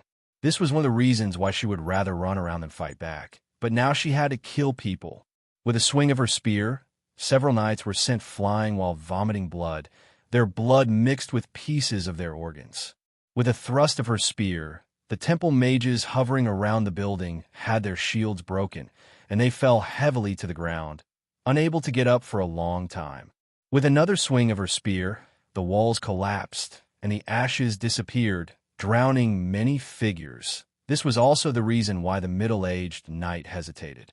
They didn't have that many people and time to waste here. And if they wanted to surround Sylvia, they first had to exhaust Sylvia's fighting spirit and fight Sylvia's physical strength. Otherwise, everything would be wishful thinking. In other words, this was destined to be a bitter and long battle. But the actual situation was a little different. Not long after Byron and the others rushed into the building, Sylvia actually rushed into the leftmost room on the third floor. This was a place similar to a cubicle. It was very large, and there was only one door. Geographically speaking, it was a dead end. Of course, with Sylvia's strength, she could choose to break the wall and jump off the building. But now there were many mages floating outside. Even if they couldn't kill her, it shouldn't be a problem to seriously injure her. Therefore, no matter how one looked at it, this was clearly not a wise move. When Byron and the others saw this, they were naturally overjoyed. They only thought that Sylvia had lost her head from running and made such a low-level mistake. They quickly ordered people to seize control of the surrounding rooms. Soon after, they brought more than 10 high-level Do-Chi martial artists to break into the room. If they wanted to kill Sylvia in the shortest time possible, the result of blindly piling on people would be very poor. In the end, they still had to rely on high-level martial arts to determine the outcome. There was a brief confrontation in the room. "You're going to die here today." Byron pointed with his finger as he spoke in a flat and straightforward manner. His tone was calm, but it contained an unshakable certainty. "You could try." Holding her spear, Sylvia's tone was even more casual and calm. The two of them were no longer at peace with each other. After a short exchange of words, the battle erupted. With just the first collision, the roof of the room was crushed and broken open. Pure and holy light shot up into the sky, instantly piercing through the twilight night sky and shining brightly in the world.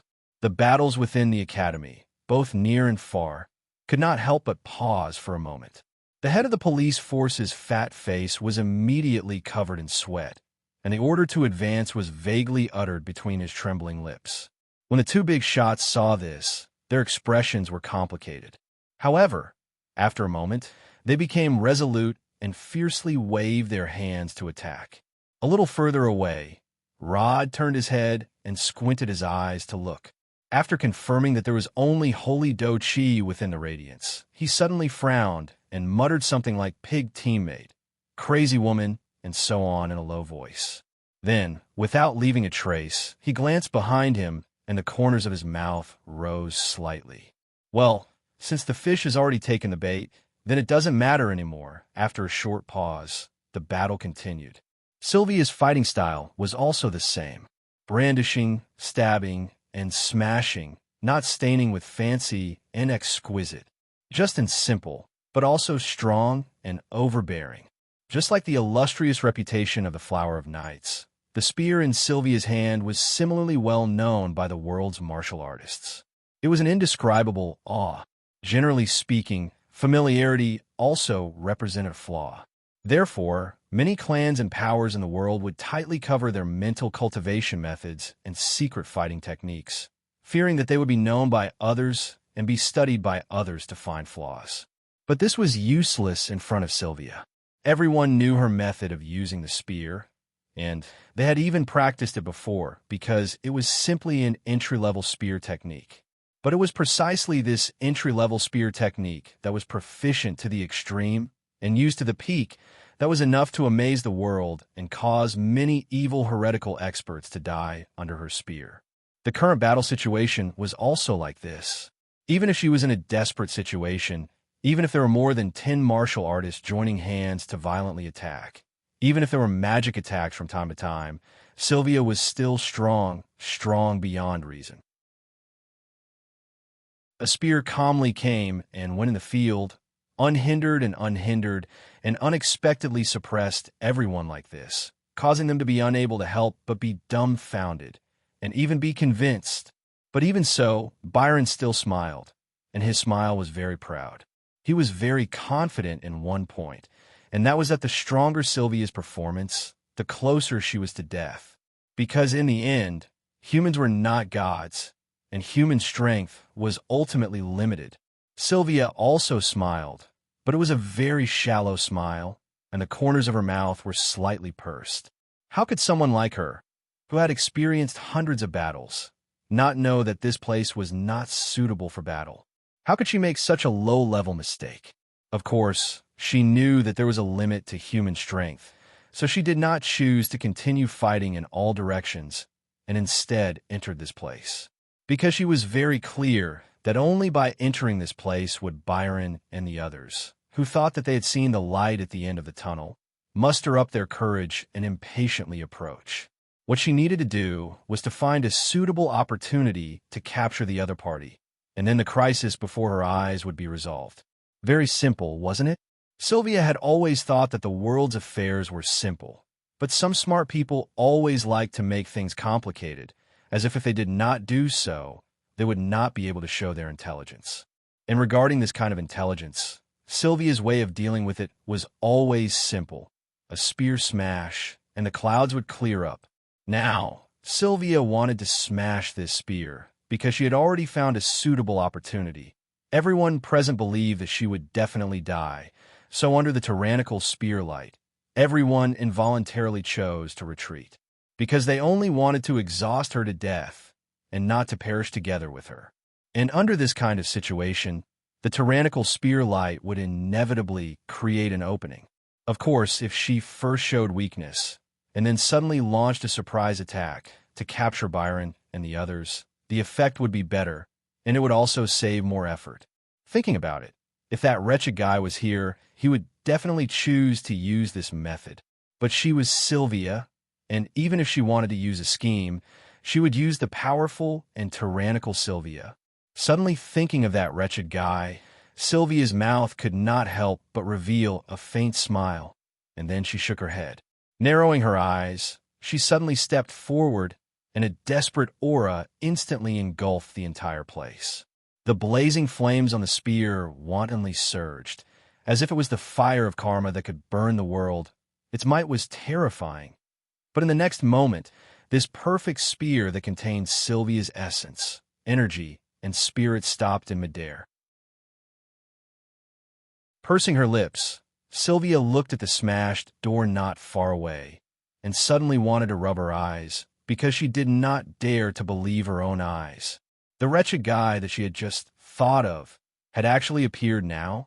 Sylvia's sudden outburst frightened the surrounding people, and when they were about to subconsciously dodge, they suddenly saw that the tyrannical spear did not fall, and they were even more confused. Then, following Sylvia's line of sight, they also saw the person standing by the door.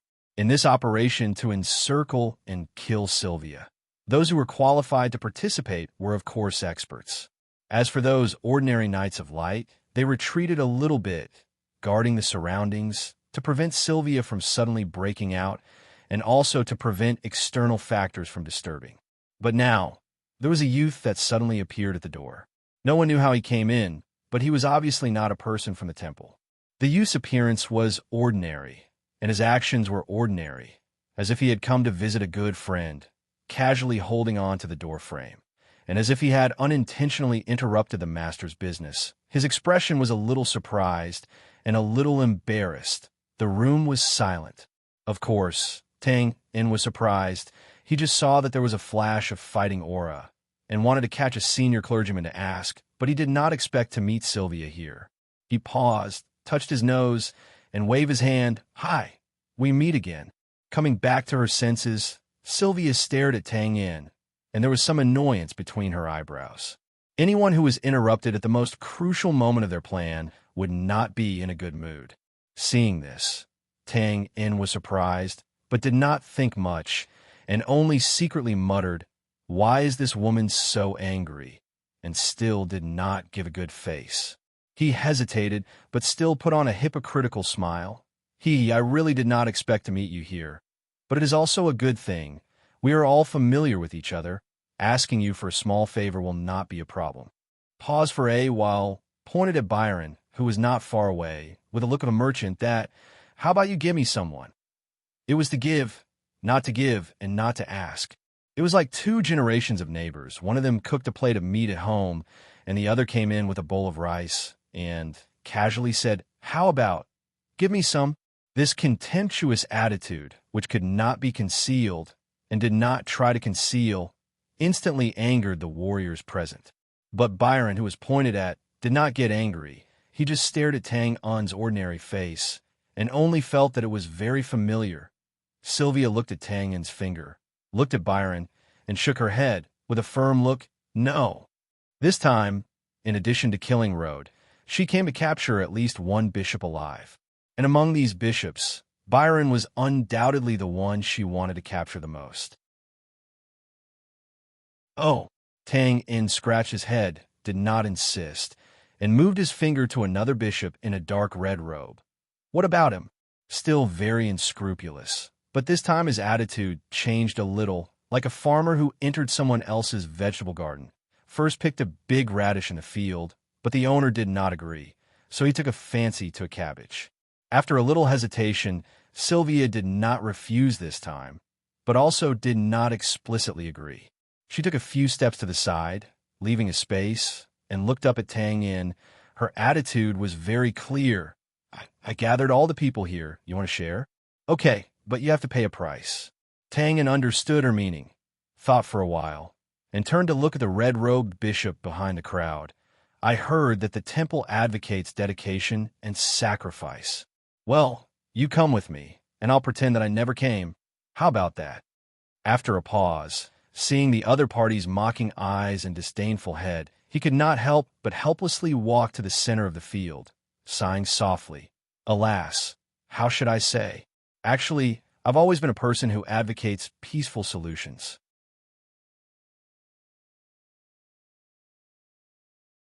Chapter 832.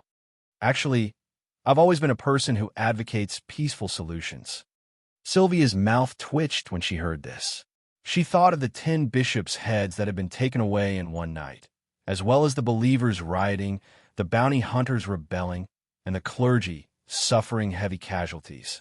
The situation was extremely chaotic. She turned her head away and pretended not to hear anything. At this moment, a shrill scream suddenly rang out. "Tang-in, you're Twain." Byron's face was full of shock as he pointed at Twain, his aged body trembling uncontrollably. In the northern temple, Byron had only seen Tang-un's disguised appearance. It was only after Tang-un had taken the eye of disaster and caused a huge commotion that Byron saw the wanted poster that he remembered Tang-un's true appearance. However, Tang-un's appearance was too ordinary, so Byron hesitated for a moment before he blurted out the familiar name that had been in his throat several times. Tang-un wasn't surprised, but the temple experts blocking the perimeter were surprised. They hadn't expected that the target of this mission would appear in front of them. Some of them reacted quickly and roared as they stepped forward, their spears piercing forward like lightning. Their target was naturally Tang-un's heart, because it contained the will of purification. Before the spear arrived, the wind was already there. Tangen's expression didn't change, and he didn't dodge. He just looked at his clothes sticking to his left chest and frowned slightly, as if he remembered something. The next moment, with a whoosh, the spear accurately hit the target. Everyone was stunned at first, then they were overjoyed. It was a success. At this moment, a voice suddenly rang out behind them. "Since you remember, shouldn't you first return the 2,000,000 gold coins to me?" There was no blood on the tip of the spear, and the peer's figure was gradually fading. He suddenly turned around. At some point, Tang had already arrived at the empty spot next to Sylvia. He didn't pay any attention to them, and just looked at Byron seriously. His tone was still unscrupulous. "Don't say that you've forgotten. When we first met in that side hall, you personally put those 2 bundles of gold notes into your sleeve." 2,000,000 gold coins was not a small sum. In fact, even with the authority of a bishop, he would not be able to covet so much in his entire life. Byron's face darkened when he sensed the gazes around him. He pretended that he hadn't heard those words. He stared at Sylvia and shouted, "You actually cooperated with such a great enemy of the temple. You have indeed degenerated into an evil heretic." Sylvia was silent. After a moment, she raised her head. Her eyes were firm and calm as before. "To resist foreign aggression, we must first settle our internal affairs." Tangen was stunned. Then he clapped his hands and said with a smile, "This sentence, well, it's very good and very powerful." Sylvia naturally didn't understand the complex meaning in Tangen's words. She looked at Byron and the others, brandishing her spear and stepping forward, and then said resolutely, "The Puritans have already come to the north. No one can protect you this time. I will do my best to send all of you to the main tribunal to receive the punishment of God." The corners of Byron's eyes twitched, but he suppressed his somewhat panicked expression and waved his hand. "As long as I kill you, who can judge me? Do it." "Wait." Tang hurriedly pressed his hand down and looked around at the restless temple experts. "Is Razor here?" Everyone was silent. Tang turned to Sylvia. Of course, Xiao Weian understood what Twain meant. Previously, it was precisely because Razor had led a team to ambush a former bounty hunter branch guild that Twain had suddenly gone crazy. This had also directly led to the current situation in the Temple of Light that was out of control. "No, he didn't come this time either. That's a pity." Tang shook his head gently, his face full of regret. Then he narrowed his eyes and said, "Let's do it as usual. Let's end this quickly." The so-called as usual naturally referred to the tacit cooperation between the two of them in the Northern Temple headquarters. Byron nodded. "Okay." As soon as he said that, Sylvia stepped forward and brandished her spear. Blazing flames shone on the spot again. She didn't need to look at who was in front of her because she believed in her own strength. She also didn't need to consider the surrounding attacks because she believed in Tangen's ability. Therefore, Xiao Weian had no qualms about smashing out with her heavy spear. This battle was different from the previous one. There were more people this time, and with the internal and external blockades, the lineup was more luxurious than the previous one. However, in reality, their strength alone was not as good as Owen's and the others. Moreover, because of the disparity in strength, their coordination was not good enough. Therefore, their actual combat strength was not even as good as the previous one. It was precisely because of this that Tang said to end this quickly. He had such confidence. This confidence came from himself and also from Sylvia. Although the two of them stood on different sides and had quite a bit of enmity between them, they were a perfect match for each other. But once they joined forces, they were the most suitable partners, and the battle prowess they could display was even more terrifying. Soon, this terror was sensed by the dozen or so temple experts around them. The attacks could not even get close before they were neutralized by the blood-red blade. Defense. At this moment, the overbearing spear pressed down and barely managed to parry. The next moment, although inconspicuous, the blood-red blade danced around the vital part of the neck. Pressure. The pressure was omnipresent, and even breathing was extremely difficult. The battle was completely one-sided. Although it was almost the same before, that was because they didn't want to die together with Sylvia, so they avoided the overbearing spear with reservation. But now, each of them was fighting desperately, and they had no choice but to fight desperately. They were still suppressed by a spear and a dagger, and they had no temper at all. Yo, I haven't seen you for a few days, and your strength has improved a lot. Casually swatting away a few attacks, Tang squinted at the flame spear that was even more powerful, and could not help but praise, "If this continues, it won't be long before you can successfully advance to the void level." TSK, what a pervert. Xiao Weian didn't even turn her head. She looked at the defensive spear net formed by the pale-faced masters of the Divine Hall and waved her spear expressionlessly. "You've improved a lot. I can't see through you now." With a boom, the sacred Do Chi of the same origin twisted and fought, and the winner was decided in an instant. The spear net collapsed, and the blazing flames danced enchantingly, like a proud peony that was beautiful and outshone the other flowers. "Ha, don't compare me." The laughter came from behind, but before the words fell, Tangen's figure had already arrived in front of Sylvia, and the blood-red blade flashed like a needle. The temple experts who had just broken through the spear net defense could only watch the blood blade approach them. Bang, bang, bang. Several bloody figures flew out, like cannonballs, smashing through the outer wall of the house, spraying a large amount of blood mist in the air, and fell down from the third floor. It seemed that they would not be able to stand up again in a short time. At this time, the last sentence slowly spread out. "I'm already so perverted that no one loves me." This was not the hypocrisy of self-flattery. Excessive modesty was hypocrisy. Tang Yin knew that it was not an exaggeration to say that the speed of his growth was shocking. If it was in front of others, he would not mind making jokes and avoiding talking about it. But in front of Sylvia, he would not do so.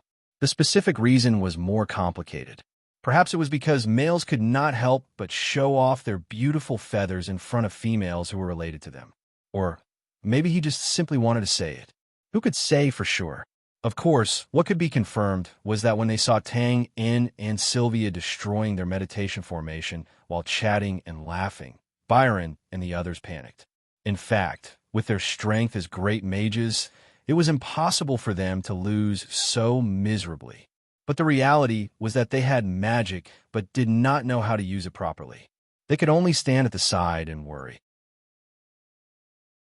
The more they helped, the more chaotic they became, the more panicked they became. In short, they had forgotten how to fight. After a while, the middle-aged knight retreated from the battle circle. Looking at the frightened expressions of Byron and the others, he secretly shook his head and sighed. Suppressing the injuries on his body, he stepped forward and said, "Sir, we can still hold on for a while. You should retreat first." "Retreat. Okay. Where should we retreat to?" Byron and the others did not care about being polite at this time and asked anxiously, "Leave this building." "Sir, you can fly at will. They can't stop you." Byron and the others' eyes suddenly lit up. Yes, if they cannot win, they could at least hide. They were great mages and could fly high. And as long as the other party did not break through to the void level, they could not do anything to them. Thinking of this, they hurriedly turned and ran to the door. The middle-aged knight stood in place and looked at the back of the few people running away. He could not help but think of the words that Rode often said and muttered sarcastically, "What a group of pig teammates," while shaking his head. A black shadow suddenly flashed by and chased after him. At the same time, a joke surrounded him. "I basically agree with your point of view, but don't insult pigs. Be careful."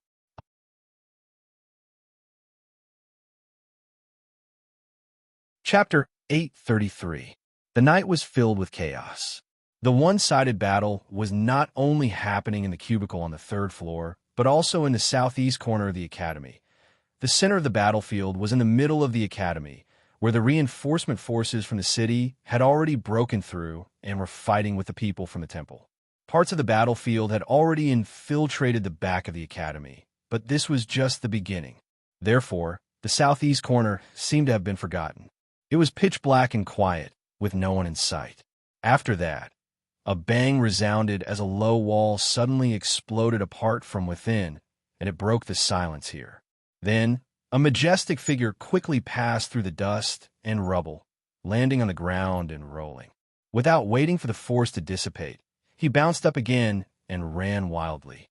Although this series of movements was slightly embarrassing, he did not waste any time.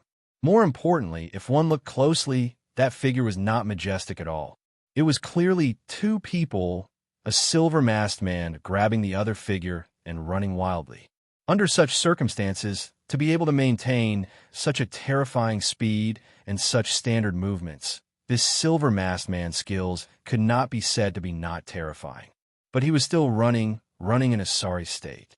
The sweat on his forehead slowly slid down the ice-cold mask, and there were traces of anxiety hidden in the depths of his indifferent eyes. Although he did not look back, he did not dare to be negligent, as if there was a terrifying giant beast chasing after him in the dark night.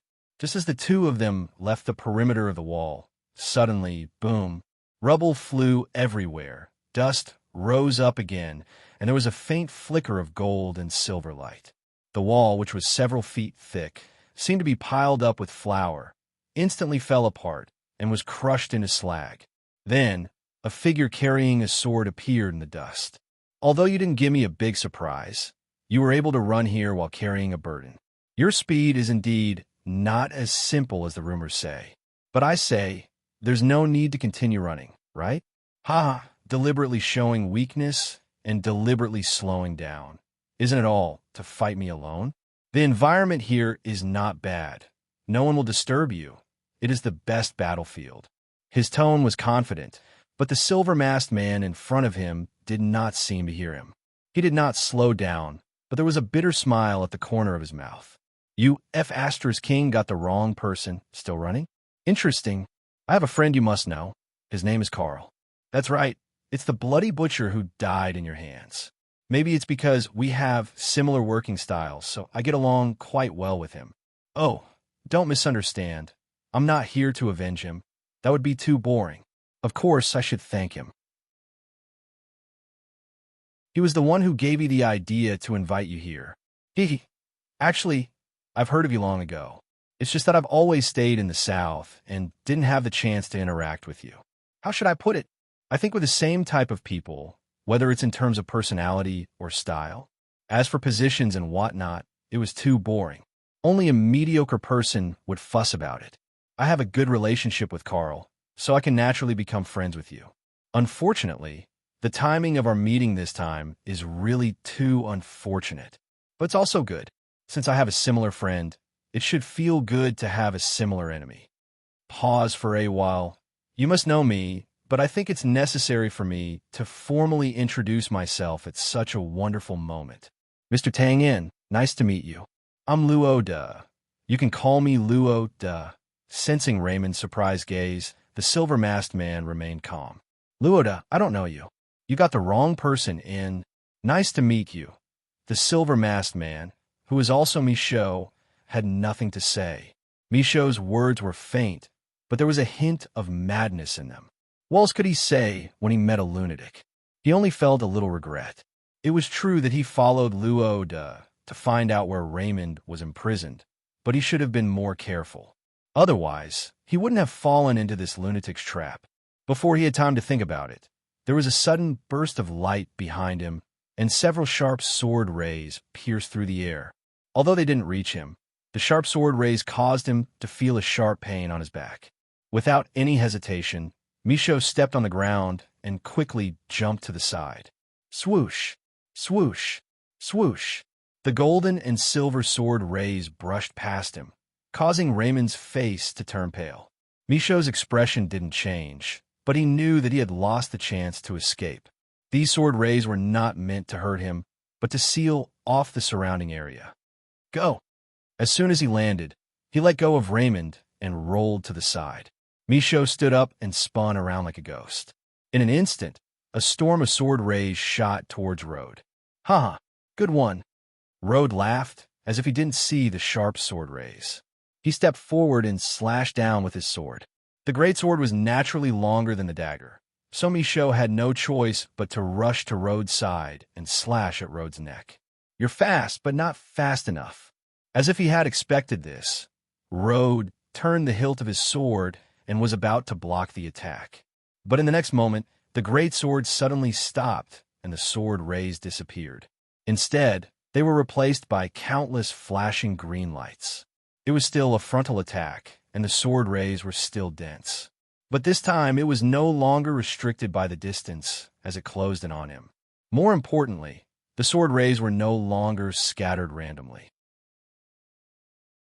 Instead, they were concentrated and rotated in a regular pattern, like the evening wind blowing the evening fragrance, quietly and wantonly blooming. Each of the seemingly weak green petals revealed a trace of fatal aura. If Tangen were here, he would definitely recognize this dreamy and dangerous attack. It was the system's random flower skill. He had taught it to the members of the gray space, but there were not many people who could fully comprehend it and actually use it. Michaud was naturally the best among the few who could. It should be said that Michaud's random flower skill was no longer purely the system's random flower skill. It was less imposing and more ghostly.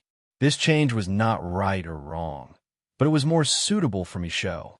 Of course, what was suitable was naturally good. Huh, interesting. Rode's eyes lit up. He was a little excited when he saw this. Most of the other world's martial arts were grand, but very few were exquisite.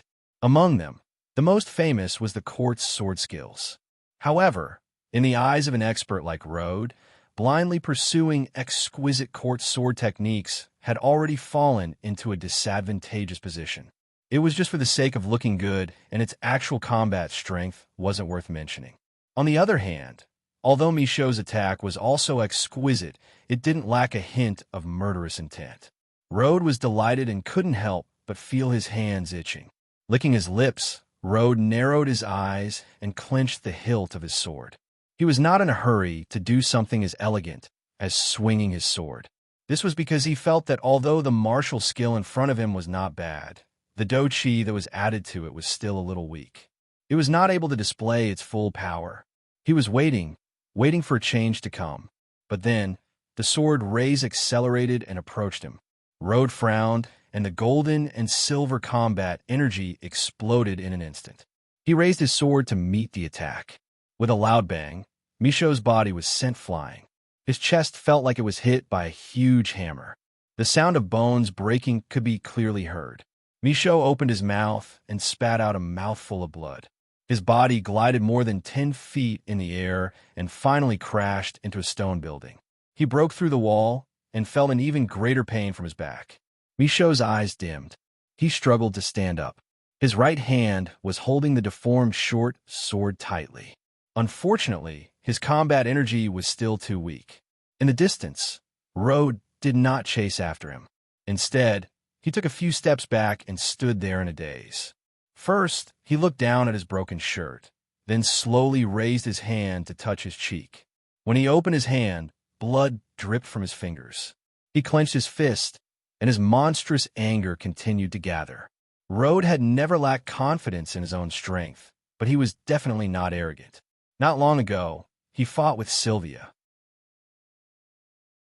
He knew that he could not defeat her easily. Tangen had been chased by Sylvia for several months. He fought thousands of miles in the northern wilderness and still managed to escape unscathed. How could he be sent flying dozens of feet away by his sword? If so, there was only one possibility. Suddenly, Michaud looked up. Although the twilight was dark, he could still see the uncontrollable killing intent in Rode's eyes. "You're not Tangen, idiot!" Michaud sneered as he walked out of the hole in the wall. "What an idiot! Good." Rode nodded and raised his sword expressionlessly. "In that case, it's time for you to die."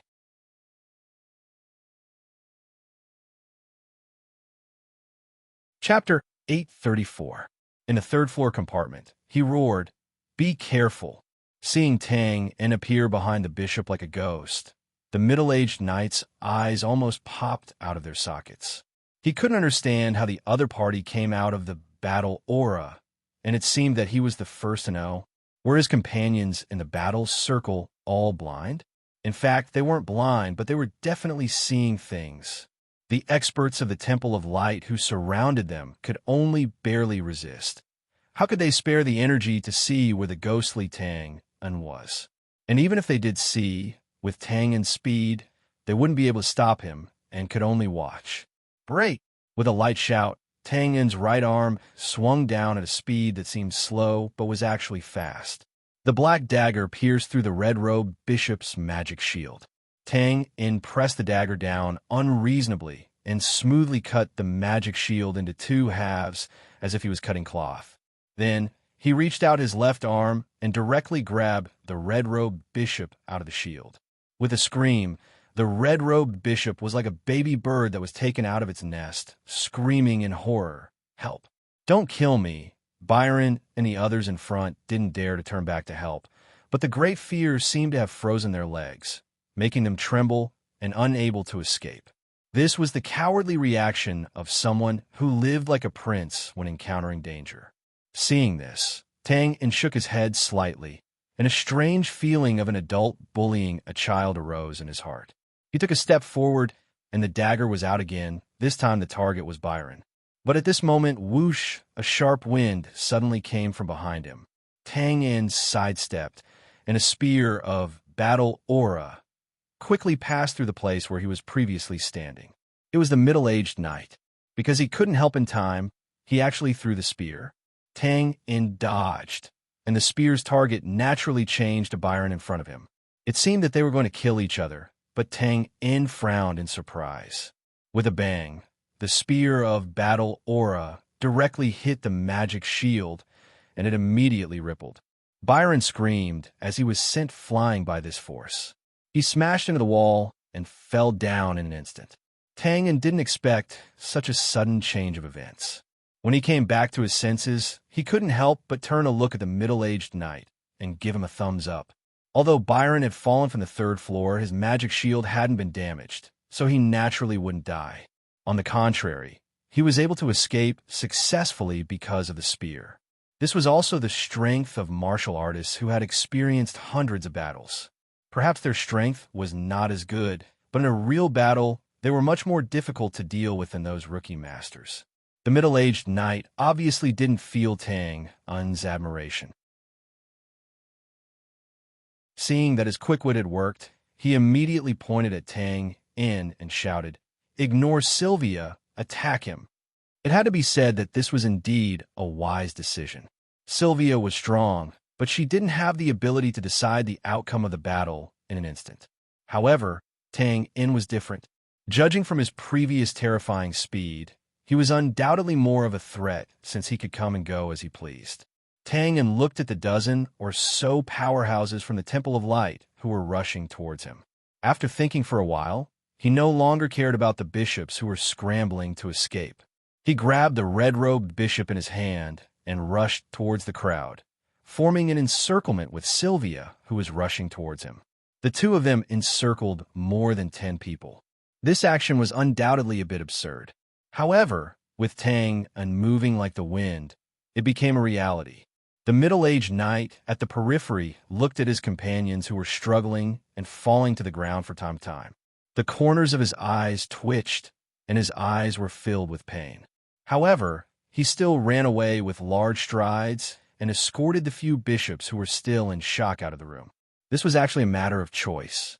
From the middle-aged knight's point of view, this encirclement was a complete failure. What they should consider now was how to preserve their strength and retreat as soon as possible. The bishops were undoubtedly more important than his companions, so he ordered these people to attack Tang-en hopelessly. However, from Tang-en's point of view, these bishops were a bunch of rookies. It would not be a problem to kill them at any time. In comparison, it was more important to kill these powerhouses who were in actual combat in front of him. Without support, these dozen or so powerhouses would naturally not be able to hold on for long. Tang-en was ruthless and did not leave any survivors under his dagger. Sylvia, seeing that the situation was settled, could not bear to see them die. She rushed to brandish her spear and push some of the severely injured warriors out of the building, sparing their lives. until there was only one warrior left in the room who was barely standing. Enough, Tang Yin. He's already crippled. Ha! Don't forget that you owe me another favor. After confirming that the warrior who was covered in cuts and bruises no longer had the strength to fight, Tang Yin naturally did not mind doing Sylvia a favor. He withdrew the dagger from the warrior's neck, patted his shoulder, and looked at the wall, which was full of holes not far away. You know what to do, right? The warrior swallowed the blood in his mouth and nodded silently.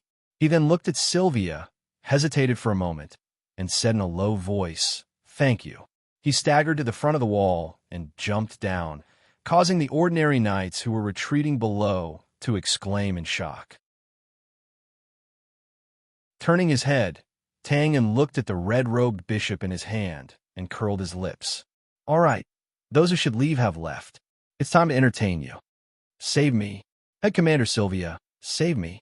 Even an ant craved for life, let alone a high-ranking red-robed bishop.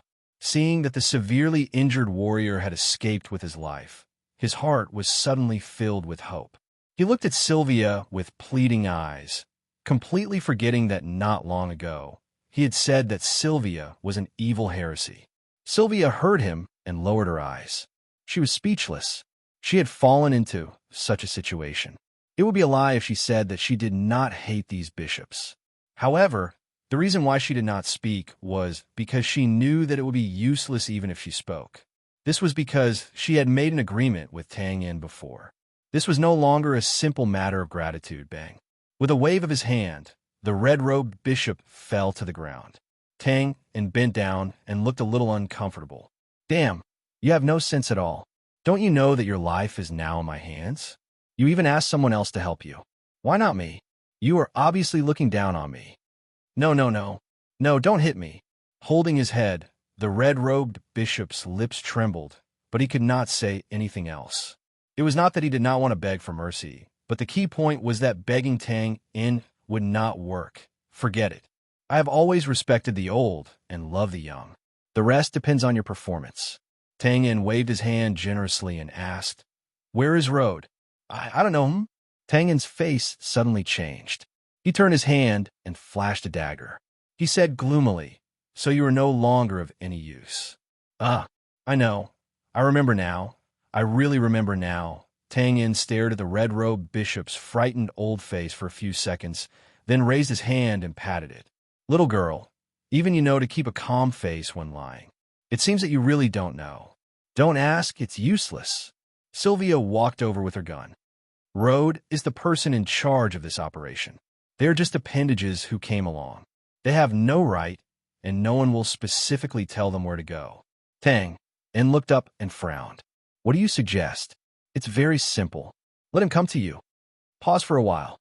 "I came here this time to kill Road, but no matter what kind of chaos I create, Road will not come to me. But you are different. As long as you make enough noise, such as attacking their command center, Road will definitely come to you." Tang Yin was stunned when he heard this. He then patted his head and secretly scolded himself for being stupid. Road came to kill him this time, so as long as he stood out, Road would of course take the initiative to come to him. Wasn't this much better than looking for him everywhere? Then he thought of something and raised his eyebrows. He looked at Sylvia and said with a smile, "The direction Byron and the others are retreating to is the command center, right?" Sylvia did not deny it. "We each take what we need. There's no conflict, right?" Tang needed to find Road, and Sylvia needed to capture Byron. At least for now, it seemed that there was no conflict between them, and destroying the command center was also a good thing for Tang Yin. He got up and picked up a spear on the ground. "Deal. Lead the way." Sylvia nodded and stepped out of the door. Tang Yin followed and quickly disappeared outside the door. Both of them seemed to have forgotten something. The red-robed bishop lay on the ground in a daze. After making sure that the footsteps were getting farther and farther away, he could not help but look ecstatic. He quickly got up from the ground with a vicious expression, secretly thinking about how to return the humiliation he had just suffered 100-fold. At this moment, suddenly whoosh, a black shadow suddenly shot out from outside the hole in the wall. The red-robed bishop felt a sharp pain in his chest. His body flew a few meters in the air and was directly nailed to the inner wall. He looked down. It was a spear. Giving you hope does not mean letting you live, but to make you feel despair again.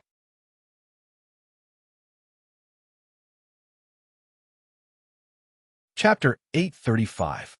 Under the dim light of dusk, the man raised his sword and said, "In that case, it's time for you to die." Huh? Before he could finish his sentence, Rhodes suddenly looked up and saw a cold, killing intent in front of his eyes. In a flash, he pulled back his sword and held it in front of his forehead. With a loud clang, the killing intent that collided with the sword was revealed. It was a pure iron arrow with a metallic luster. In the next moment, the arrow completely shattered into iron shavings and scattered with the wind. Rhodes took a step back and felt a slight numbness in his hand. He narrowed his eyes and nodded. Interesting. To be able to use a pure iron arrow, one would need an excellent bow. To be able to shoot an iron arrow, one would need a great deal of strength.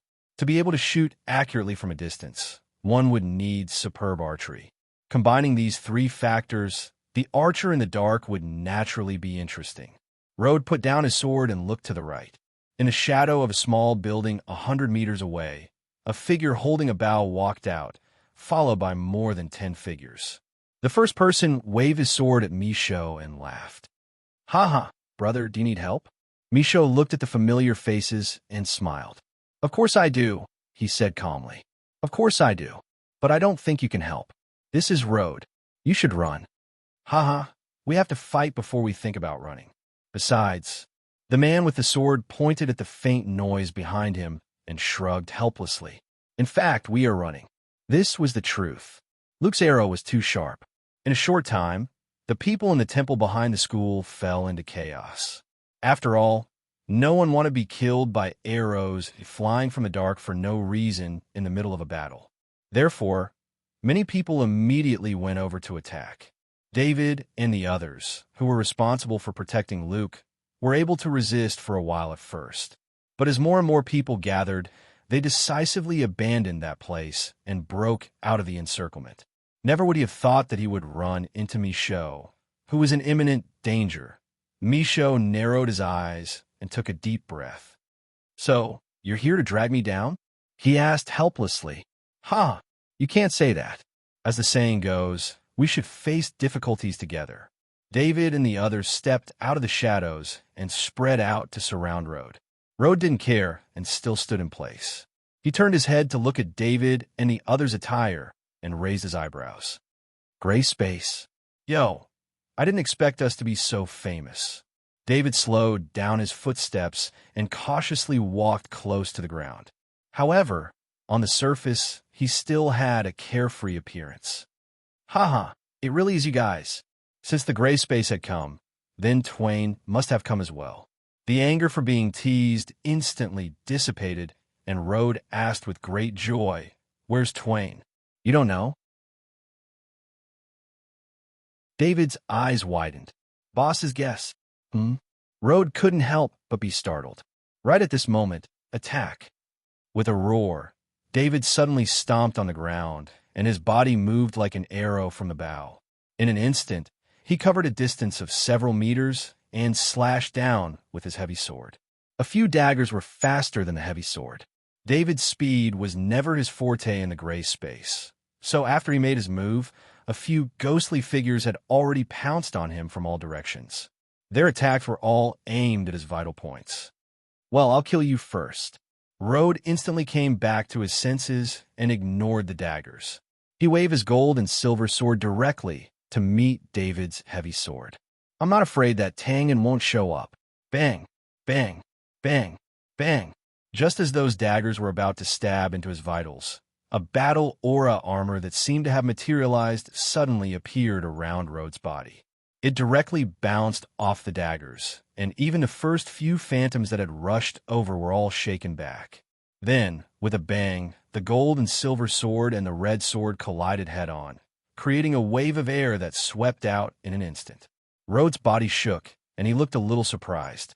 David took a step back, and his face turned pale, but then he stepped forward, forcibly pulled back his heavy sword, and slashed down again with a roar. "Huh, the gray space is getting more and more interesting. Road was not surprised, but happy when he saw this. He laughed and didn't dodge, but also waved his sword. To be honest, Road didn't care about these gray space members at first. After all, the absolute gap in strength was there, and he thought that he could quickly kill his opponent with his sword. But soon he found something strange. Although these people's combat energy strength was not as good as his, they were very experienced in combat and cooperated with each other very well. Basically, they would leave after one hit and never get entangled. However, their body movements were very strange, and it was impossible to kill them easily without some effort. Of course, the stranger was the big man in front of him. Even though there was a difference of an entire realm between him and Duan Ling Tian. Duan Ling Tian's strength with his heavy sword was astonishing. Duan Ling Tian didn't know if it was due to his innate strength or some other special method of exerting his strength. Even though Duan Ling Tian kept vomiting blood, Duan Ling Tian didn't seem to be at a disadvantage. Outside the circle, Michaud picked up Raymond, who was still dizzy from all the spinning, and walked over to Luke. Stop aiming. Arrows won't do much to Road. Take him away first. Although it was not pleasant to hear, it was the truth. Arrows were undoubtedly the most powerful at close range, but the threat was reduced. After all, at close range, the opponent could predict the arrow's trajectory and dodge it first. It was not as sudden as at long range. Once the arrow was discovered, it would basically be in front of the opponent's eyes. Most people could only choose to take it head-on or be shot to death directly.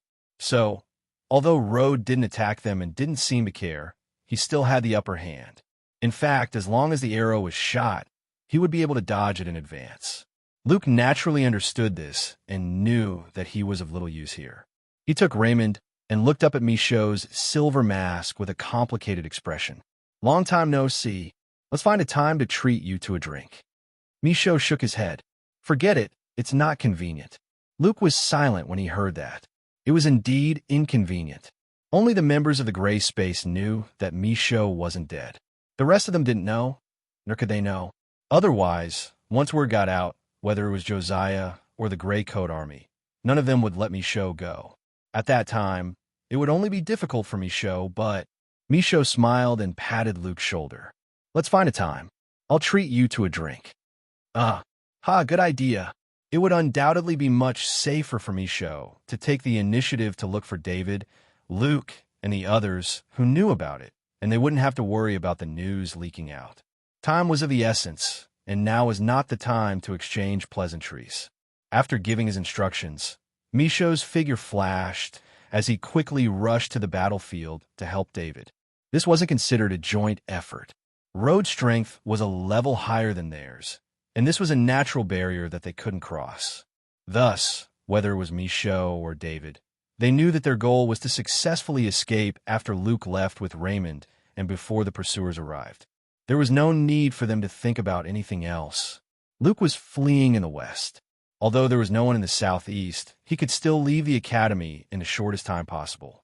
But it was precisely because of this that if Road insisted on chasing after them, he wouldn't be able to leave with Raymond without help.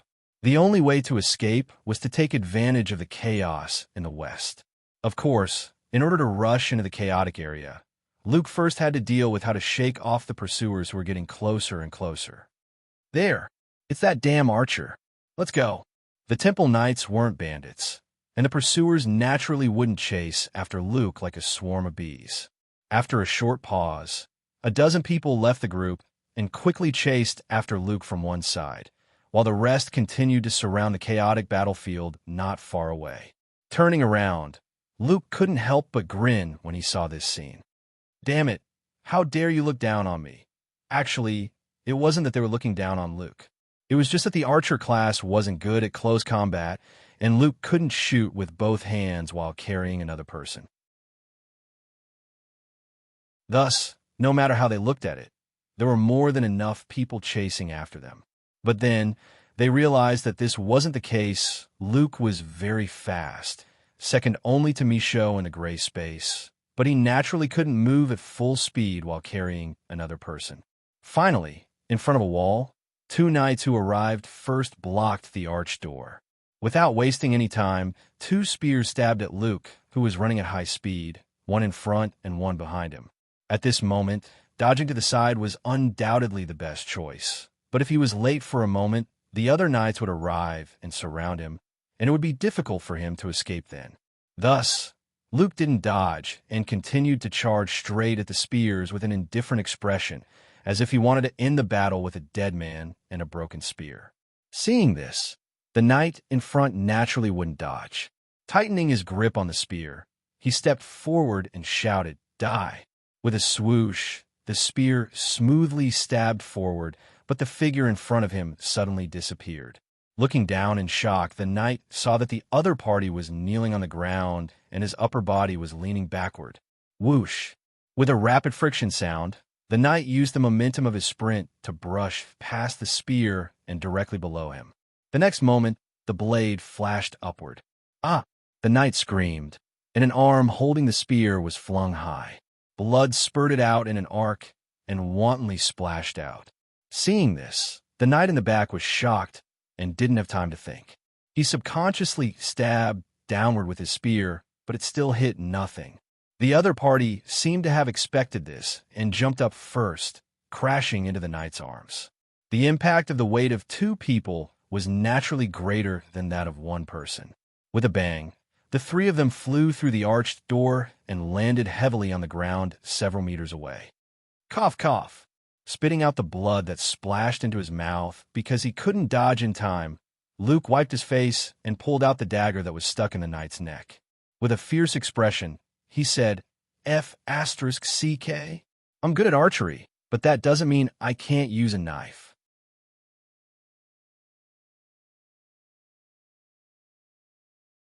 Chapter 836. There were explosions near and far, flames swaying in the wind, and thick smoke billowing in all directions. Under the cover of night, the academy, which had been neat and clean during the day, was now mostly reduced to a wasteland. In the current situation, the deliberate ambush had already changed. It had become a chaotic encounter that neither the initiator nor the attacker could control. Clerics, garrison cavaliers, city guards, gangsters, gray space, and more than 1,000 students who were tied up as spectators. They were all mixed together in a mess. Even if they were enemies who hated each other deeply, they would be slightly conflicted when they ran into each other. They would be troubled as to which side they belonged to. Of course, such a chaotic environment was not all bad. At least it was beneficial for some people. They were very familiar with the current situation. Go this way, keep walking, lean against the wall. There's a shadow a few steps forward. Squat down, this is a blind spot. Yes, you can get up now. Walk slowly, there's no rush. Under the dim light, two figures walked quietly like ghosts. From time to time, a single person or small group would rush past them. But a few seconds before they appeared, these two people would always be able to hide in a hiding place, either in a blind spot or separated by a wall. It was as if they could predict the future, easily passing through the chaos and clamor.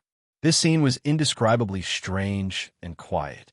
It was as if they were completely separated from the surrounding space and were walking in a parallel world, leisurely and leisurely. There's no rush. I thought you would be in a hurry. I was in a hurry at first. Saving people is like putting out a fire. Now, we're killing people. Killing people can't be rushed. Besides, the night is still long. He raised a spear. Yes, there's someone. It's okay. It's just... Oh, they're from a gang. He waved his hand and looked thoughtfully at the fierce crowd, running past, not far away, especially the two familiar figures at the front. He touched his nose. They actually made it this far. That's amazing. How do you know they're not from the temple? By the way, I saw them throwing something. It looked like flour. Is it related to you? Lime powder? Haha, it's just a little thing. The people from the temple are trained. As long as there are more than 3 people, the running sounds will be more orderly, unlike the messy running of a gang. So it's you who made it. He was silent for a moment. Are you good at hiding? I'm not good at it. It's just a skill to eat. Why? Do you want to learn? I don't dare to teach you because I'm worried that I'll be the unlucky one. Haha, Tangen. Tangen's footsteps paused. He could sense the other party's hesitation and the emphasis in the way he addressed him. Tangen turned to look at the other party and felt a little puzzled. Must you rebel against the temple? Sylvia had obviously thought about this for a long time. She raised her head and continued. I know that the temple has all kinds of drawbacks, and there are many ugly dark secrets. It makes sense for you to resist, but not everyone in the temple is like that. I contacted the pilgrims, and they came to the north this time. I believe that with their help, the temple will be restored to its original state. So, can you stop your resistance? Tangen raised his eyebrows and looked at Sylvia's determined expression. Suddenly, he smiled and shook his head. I don't deny that there are good people in the temple, such as the Puritan you mentioned. But to be honest, I'm not optimistic that you can successfully restore the temple. Don't rush to refute my words. The simple facts are in front of you. If the Puritans really have a huge influence in the temple, Byron and the others would not be here. They should be on their way to the court of justice. Don't you think so? Sylvia was silent. The Puritans' influence in the temple was not great. Otherwise, Byron's mentor, Archbishop Varon, would not have led the team here. See, you also know the root cause. The temple has completely decayed from the roots. This is the general trend, and you can't stop it with your strength. I'm just exposing the current situation in advance. Well, let's talk as we go. To be honest, I don't like the word rebel. It should be used by you people in the temple. I'm just an outsider. I don't have such a great and glorious mission to save the temple. I prefer to overturn this statement. This is what I'm good at. After a pause, the corners of Tang Un's mouth raised slightly, revealing a sarcastic smile. Moreover, I can't stop now, and I can't stop. You know, strictly speaking, I didn't start this. At the beginning of the year, I came back from the northern wilderness. I felt very tired. So, King tired. At that time, I really wanted to live in seclusion and find a remote place, a small town or a farm. Then, I would settle down there with my beloved woman, raise cats and dogs, flowers and plants, and so on. Just thinking about it made me happy. But when I came back, I found that everything had changed. I became a wanted criminal in the whole continent, and the lives of my brothers were unknown. The Gray Coat Army was also gone. CK. There was no way to survive at all. Taking a deep breath, Zhang Xian raised his head to look at the blazing flames in the Master Teacher Academy. Slaughter was everywhere. Look, this is how cruel the world is. The law of the jungle doesn't change no matter where it is. The Hall of Gods is high and mighty, and whoever they deem guilty of a crime is guilty. I'm just a small assassin. What do you think I should do? It can't be helped. I'm a person who can be persuaded by reason, but not cowed by force. So I rebelled. Who would have thought that I have a little talent for rebelling and made the situation like this? Now you want me to stop, but have you thought about what will happen if I stop? Will the temple let me go? Of course not. They still want to kill me. Well, actually, there's no point in saying this. It makes me feel like a wronged little wife. Shaking his head and laughing, Tangen turned around and patted Sylvia's shoulder. He said calmly, in the end, I'm not a good person. Whoever wants to kill me, I'll kill them. I'll kill until no one dares to kill me, or even dare to think about it. The reason is that simple. Is there anything else you want to ask? If not, well, we should kill. Not far away, the brightly lit office building, which was the command center of the temple this time, was in front of them. As soon as the two of them appeared, guards with guns looked over and surrounded them vigilantly. Sylvia looked at them in a daze. She paused and looked a little gloomy. So, you must completely overthrow the temple before you're willing to stop? Tangen shrugged. That's roughly what I mean, but don't think too highly of me. The Temple of Light is powerful and my ability is limited. It's hard to say to what extent I can do. Unless the Do energy circulation channel could be opened smoothly, then they could consider arm wrestling, understood? Sylvia naturally didn't know about Tang Un's trump card. Hearing this, she took a deep breath and said firmly, I will stop you. I'm honored. Tangen's expression didn't change, but he sighed in his heart. He knew that after this, it would be difficult for the two of them to cooperate again. Who are you? After forming a circle, the guard shouted from a few feet away. Isn't it obvious enough? Tang spread his hands and said seriously, "Male and female demons, stupid. Southeast. I have to say, you have indeed given me quite a pleasant surprise, but that's all. Break." With a loud roar, the gold and silver fighting radiance slapped against the four shores like a tidal wave. In an instant, the radiance radiated outwards, creating an intimidating sound. Looking around, Rode walked towards David with his sword in hand. His expression was slightly ferocious. "The warm-up is over. Since Tang has been unwilling to show up, then in order to show my gratitude for your surprise, I will go all out." David and Misho struggled to stand up and looked at each other bitterly. They nodded and made a few gestures with their palms hidden behind their backs. This meant that they would attack again and then retreat. "Let's go," Misho shouted. He and the dozens of figures scattered around slapped the ground and flashed like ghosts. Right at this moment, with a bang, a large red flower pattern suddenly appeared in the distant sky. Luda's footsteps paused as he stared blankly. Suddenly, his face lit up with joy. "Haha, it's finally here. Is this the command center?" "Get out of here, all of you. Attack. F***. Get out of here. Let me go attack together. I beg you, please let me go."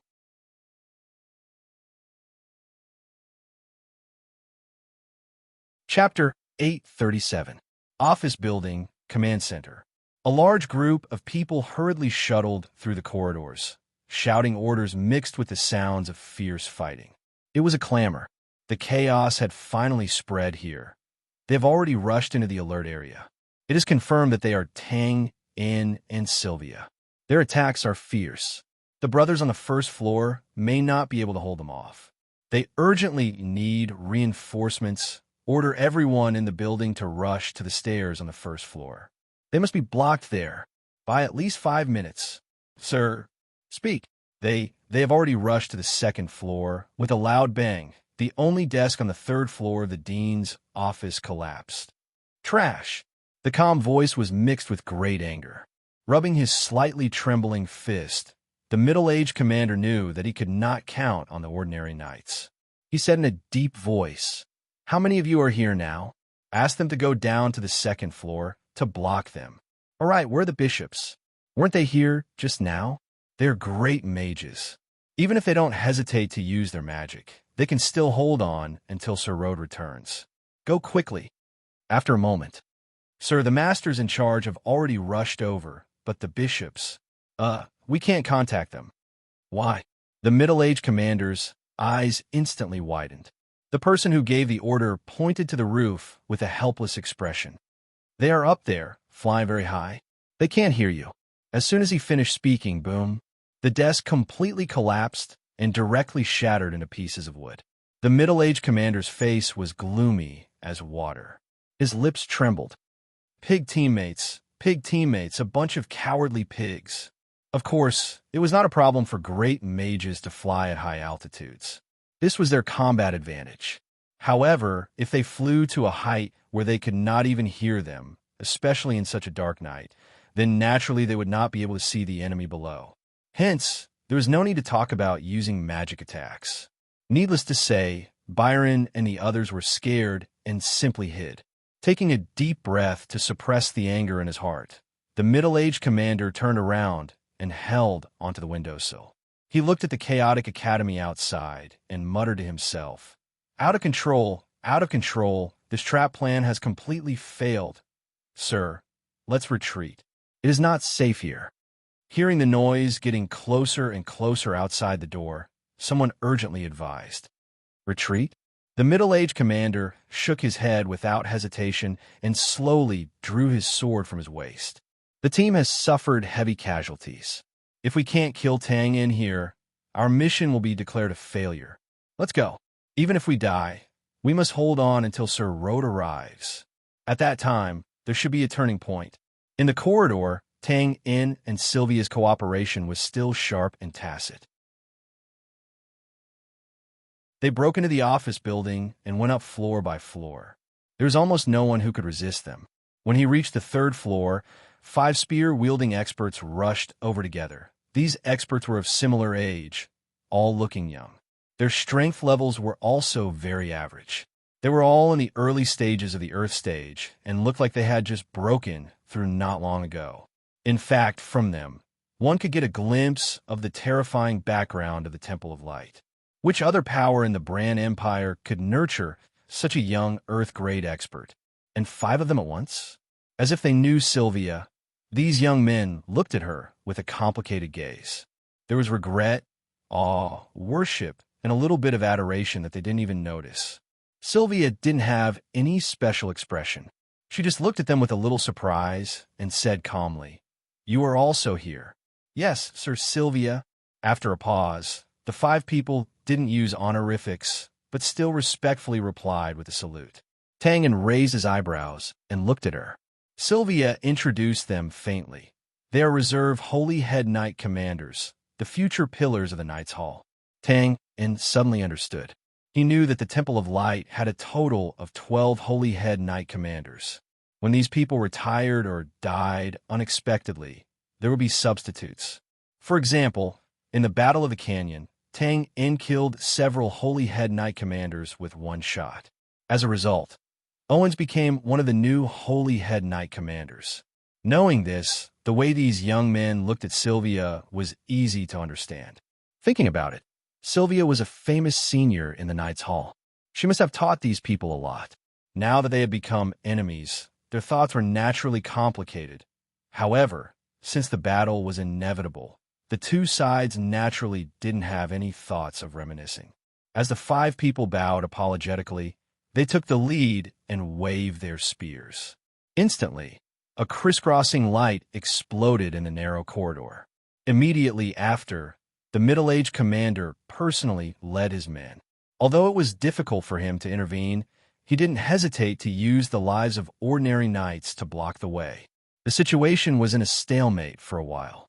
After fighting for a while, Tangan couldn't help but secretly nod his head. Needless to say, the ordinary knights, while the fight was commendable, but in a battle of this level, their role was limited. On the other hand, these 5 young men, although they were only reserves, whether it was an attack or defense, they were steady and experienced. What was even more commendable was that they weren't greedy. They fought steadily and had the demeanor of a master. However, Tangan waved his dagger and shook his head. "I say, if you don't harden your heart, it will be difficult to catch Byron and the others." Sylvia heard this and didn't say anything. With her and Tangan's terrifying power, even the current Holy Head Knight commanders like Owens couldn't resist, let alone these reserves. The reason why the situation was in a stalemate was mainly because she didn't go all out. Of course, Tangan was the same, but he didn't care. Attacking the command center was only to force Rode out, so everything was still up to Sylvia. After a moment, Sylvia shook her spear, and a blazing flame suddenly burst out, instantly repelling the attack. "Make your move. Try not to hurt people. I owe you a favor." "Deal." "Ha!" With a long laugh, Tangan's figure flashed crazily around Sylvia. Countless layers of phantoms overlapped, and in an instant, blocked the attacks from all directions. "Don't forget, you now owe me 2 favors." Her figure flashed again, and in an instant, she rushed in front of the youth in front of her and handed out the Bloodblade. "When I gather 7 and summon the Dragon God, I can do whatever I want to you, right?" I'm just kidding." Dodging in a panic, she stepped on the wall of the corridor and leaped into the air, sticking close to the roof like a gecko. She avoided the crazy spear light below like a sea of fire. Damn, on purpose, definitely on purpose. With a loud bang, the walls on both sides collapsed. Xiao Wei's body followed her spear. She was like a prehistoric beast covered in magma. She rushed forward in a barbaric and unstoppable manner. Puff, puff, puff. Under such a tyrannical attack, the 3 youths who faced it directly spat out blood and flew out. The seemingly stable defense line was instantly shattered. In the end, they lacked the experience of fighting for their lives. The other 2 youths could not help but be stunned by the sudden change. And in this instant, they lost the best time to rescue. With such a good opportunity, Tang naturally had no reason to miss it. Before the youths landed on the ground, his figure suddenly flashed like a ghost, and the blood blade suddenly pressed down. Being in the air and unable to borrow strength, the three youths were shocked when they saw this. They could only shake their spears and brace themselves to meet it. Ding, ding, ding. Sparks appeared, and the sound of metal colliding rang out. As soon as they came into contact, the spear flowers were torn into pieces, and the blood-colored blade, light instantly invaded. With a muffled groan, blood spurted out, and it was as if a huge flower of blood had bloomed out of thin air, magnificent and cruel. No, don't you dare! Seeing this, the two youths were greatly regretful. They roared angrily, and their eyes were about to split as they waved their spears to save them. Don't be agitated. It's just a tuition fee. Tang In retreated in a flash with a playful expression. Although the scene just now looked unusually bloody, it was actually just that there were more wounds on the non-vital parts and more blood loss. The three knights were not in any danger. Sylvia glanced at them and did not say much. She took a deep breath. That violent explosion just now was a little too much for her to bear. She then took a deep breath, straightened her body, and walked towards the stairs leading to the top floor. Whoosh! The ordinary knights in front of her were in an uproar. They subconsciously took a few steps back, looking panicked. The middle-aged commander, standing in the middle of the crowd, had a bitter expression. He could not understand how the 5 beginner Earth-level head knight captains were defeated so quickly. In fact, this result was inevitable. Sylvia was now at the peak of Earth level and vaguely saw the threshold of Void level. Tang in strength was not in the otherworldly warrior system, but judging from his previous battle record, even those who had stepped into the threshold of Void level would not have an easy time in front of him. In this way, if the two of them joined forces, how could the 5 youths who had just stepped into Earth level fight against them? Looking around and seeing the fear in their eyes, the middle-aged commander knew that the morale of his side was low. He was afraid that he could not count on them. However, as a commander, he had no choice now. He could only grit his teeth and push away the knights beside him. He wanted to create a heroic scene of dying in the line of duty to boost the morale of his side. But at this moment, there was a sudden panting sound. Huff! Make way! Make way! I'm dying from running. Those mother of asterisk curs, looting a burning house, huff! A figure carrying a sword squeezed into the field. His hair was wet and stuck to his forehead. His clothes were torn into strips, and there were spots of blood in some places. It seemed that he was in a mess. He turned his head and looked at the 5 youths who were either standing or lying in the ruins. He shook his head in disappointment. Sigh, although I have no hope of becoming a holy head knight captain, you guys are too weak. It's normal that you can't beat them. The difference in strength is there. It's good that you didn't die. But what were you two doing at that time? Waving your spears to save them. But could you save them? Why didn't you continue to attack? That way, the sacrifice of your companions would have some value. Forget it. I don't want to talk about you guys. Where's the priest? Where the hell did he go? Hurry up and stop the bleeding. He waved his hand randomly and said a lot to himself. Then he turned his head and looked at Tang, who was squinting his eyes. They looked at each other, sized each other up, and politely saluted. Tang in? Ro? Haha, we finally meet. Thank you for showing mercy just now. He shrugged. You're welcome. You should thank Sylvia. This was her idea. Oh, we'll talk about it later. Let's get down to business first. In. I'm here to kill you this time. What a coincidence, so am I, huh? Then what are we waiting for? I can't wait. Please. Shaking his head, Tang In calmly said, That's too vulgar. Fighting is not treating someone to a meal. There's no need to treat. Rode was stunned when he heard this. Then he nodded and asked sincerely, That makes sense. Then what do you call not vulgar? Before he finished his words, Rode's body suddenly tensed up. He subconsciously stepped to the side and blocked his sword. With a ding sound, the cloth hanging on Rode's body slowly fell down. Tang Un's ordinary face appeared behind the big sword like a phantom. He said faintly, I think this is called not vulgar. I like it.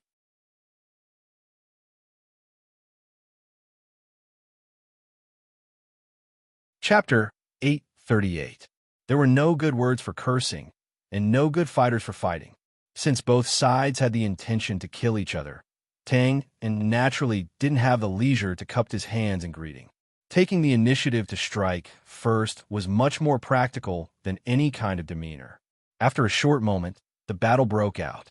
Regardless of whether it was Tang, In, or Luoda, both of them were ruthless people who had experienced hundreds of battles and viewed bloody battles as nothing. Naturally, they would not have any thoughts of being careless. Pu Yi went all out from the start, and the battle entered a white-hot state from the start. Since he had the initiative, Tang In naturally wouldn't give up so easily. His figure was like a ghost without a trace, leaving only the faint sounds of his blood blade madly flashing. Like a dense net, it was truly dazzling. Rhodes' fighting style was strange. Although he had lost the initiative and was in a passive state, he wasn't in a hurry to turn the situation around.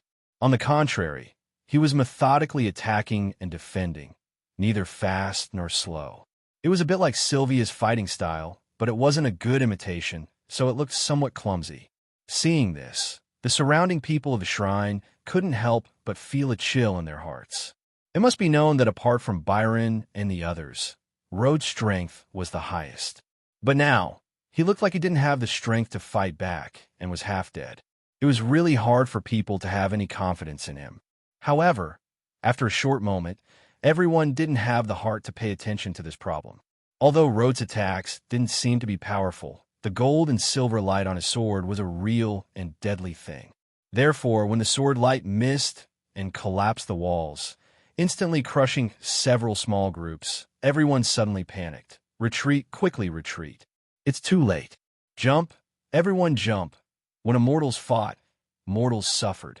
Amidst the clamor, countless people jumped down from the third floor one after another like dumplings.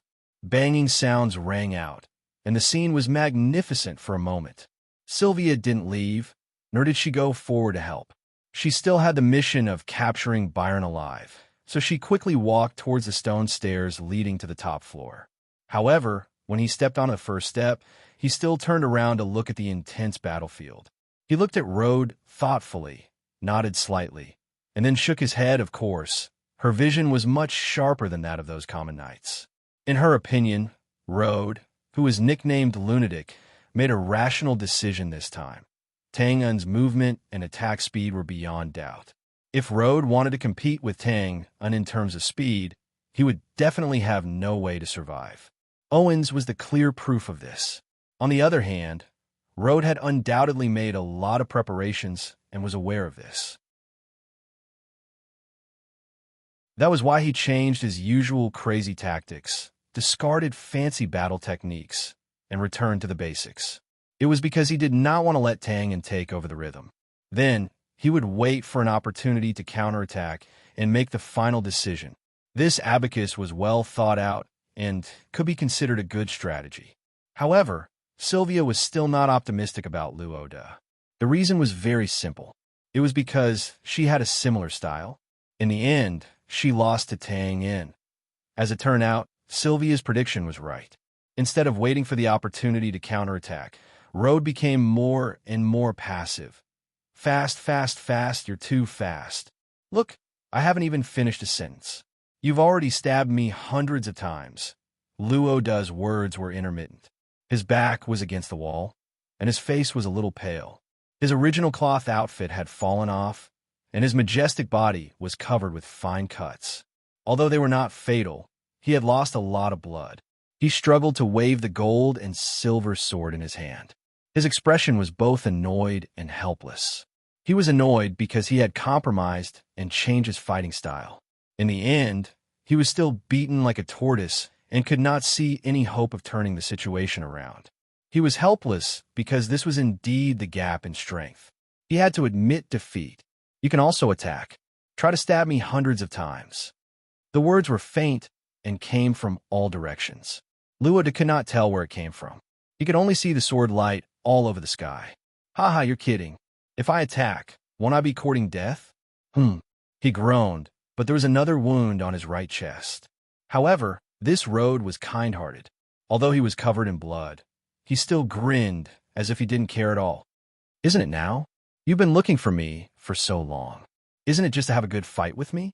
Are you willing to be suppressed by me like this and not be able to hurt me even until you die? Tangen was now clear about Rhodes' strength. He was basically the same as Sylvia at the peak of Earth stage. Even if there was a gap, it would not be obvious. If such an actual combat expert blindly defended, it would not be easy for Tang In to take him down. So if possible, it would be best to lure him out to attack. But at least I can live a little longer, right? Tang In was silent. There was really not much to do when encountering such a mischievous person. Of course, Tang In did not think that Rhodes would really continue to be like this. Since the other party had adopted such a method to deal with his fighting style, he must have considered the possibility of failure. So, Tang In believed that Rhodes must still have a backup plan. But you're right, Rhodes grinned. His teeth were stained with traces of blood, strange and crazy. I'm really not resigned to hit. Suddenly, he roared. His upper body left the wall for the first time. He leaned forward and waved his sword. The fighting aura surged wildly, as if he was going to take the initiative to attack. With a swoosh, the greatsword that was swinging downwards hit nothing but air. This seemingly desperate attack had actually been misjudged. In an instant, a bloody dagger appeared out of thin air. Seizing this great opportunity, it went straight for Rhodes' forehead. Seeing this, Rhodes seemed to panic. He actually raised his left arm to block. In the blink of an eye, a small stream of blood spurted out, and a piece of flesh about 3 inches long flew out. Then, with a bang, the wall suddenly burst open, sending rubble flying everywhere.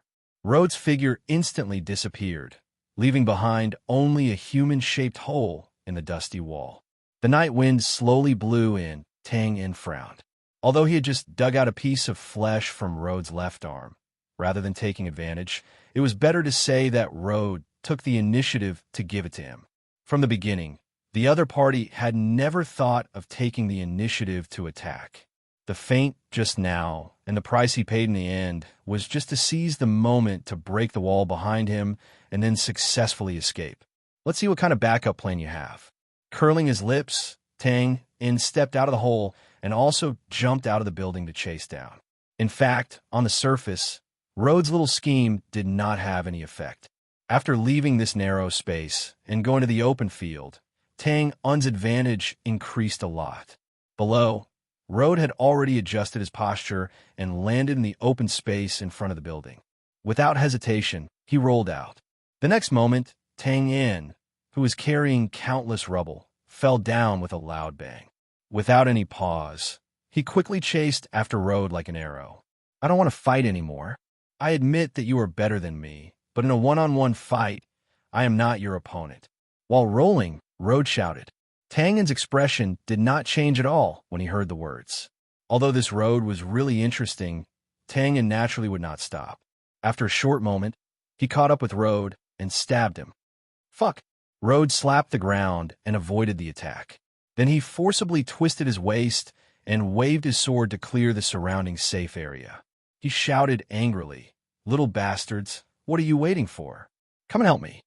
Tang In's figure suddenly stopped, retracted the dagger in front of him, frowned, and turned sideways. A long spear of battle light instantly passed through the place where he had just stood. Then he flashed several times in a row, retreated 3 feet away like a ghost, and stood upright. Looking around, Tang In found that the surrounding area was empty. Several knights who had just jumped down from the building had disappeared, as if they had been ordered to leave. Now, a few feet away from him, there were 5 figures holding spears in a circle. They were the 5 young men from before. Among them, the 3 young men's faces were obviously paler, but the bleeding wounds caused by Tang In's dagger had been treated well, and there were basically no scars or marks. Withdrawing his gaze, Tang In looked at the gray cloth that Rhodes found from somewhere and bandaged the wound on his left arm. He shook his head slightly. This is your backup plan? Just one of them. Rhodes gritted his teeth and tied the gray cloth with a dead knot. His voice was a little vague. Just now was just a warm-up, and also to test your quality. You really didn't disappoint me. Then, it's time for the main course. I have prepared a total of 3 big meals for you. It's very troublesome. How about it? Is it enough? It's okay. Tang In nodded expressionlessly and looked at the 5 young men. But if they are all like this, I'm afraid your efforts will be in vain. Don't be angry. He is trying to provoke you. Learn from him. Tang In said out loud. He waved his hand at the 5 young men, as if to suppress the anger in their hearts. Then he looked at Tang In and said casually, I'm sorry, they're all rookies. But don't underestimate these rookies. Under the guidance of an old bird like me, they will definitely give you an unexpected surprise. Is that so? Tang In said, non-committally. Then his figure flashed, and he instantly came in front of the young man in front of him, followed by a faint blade light. The young man had already experienced the terrifying speed of Tang In before, so he did not dare to be negligent. Seeing that Tang In was coming, he did not dare to meet him head-on and retreated again and again. Tang In stepped forward to chase, but the spears on his left and right suddenly stabbed at the same time. The target was a foot in front of Tang In, and it seemed that they were only there to intercept and not attack. Seeing this, Tang In hurriedly stopped and changed direction, going around the left. But at this moment, another spear of combat aura blocked his way. He paused and looked at it for a moment, and 2 spears came from the back and the right side to block him. Tang In raised his eyebrows and tried to take a few more steps. He found that no matter where he went, there was a long spear that followed him like a shadow, blocking his way. Then, several other long spears stabbed at him at the same time, blocking his other escape routes. It was just blocking and intercepting and, at the same time, providing defense to each other, but there was no attack. It gave people the feeling that these spears had been predetermined. And what these 5 young men had to do was to swing the spears according to this trajectory. Although it seemed to be somewhat rigid and dull, after a short moment, Tang In felt as if he had walked into a quagmire.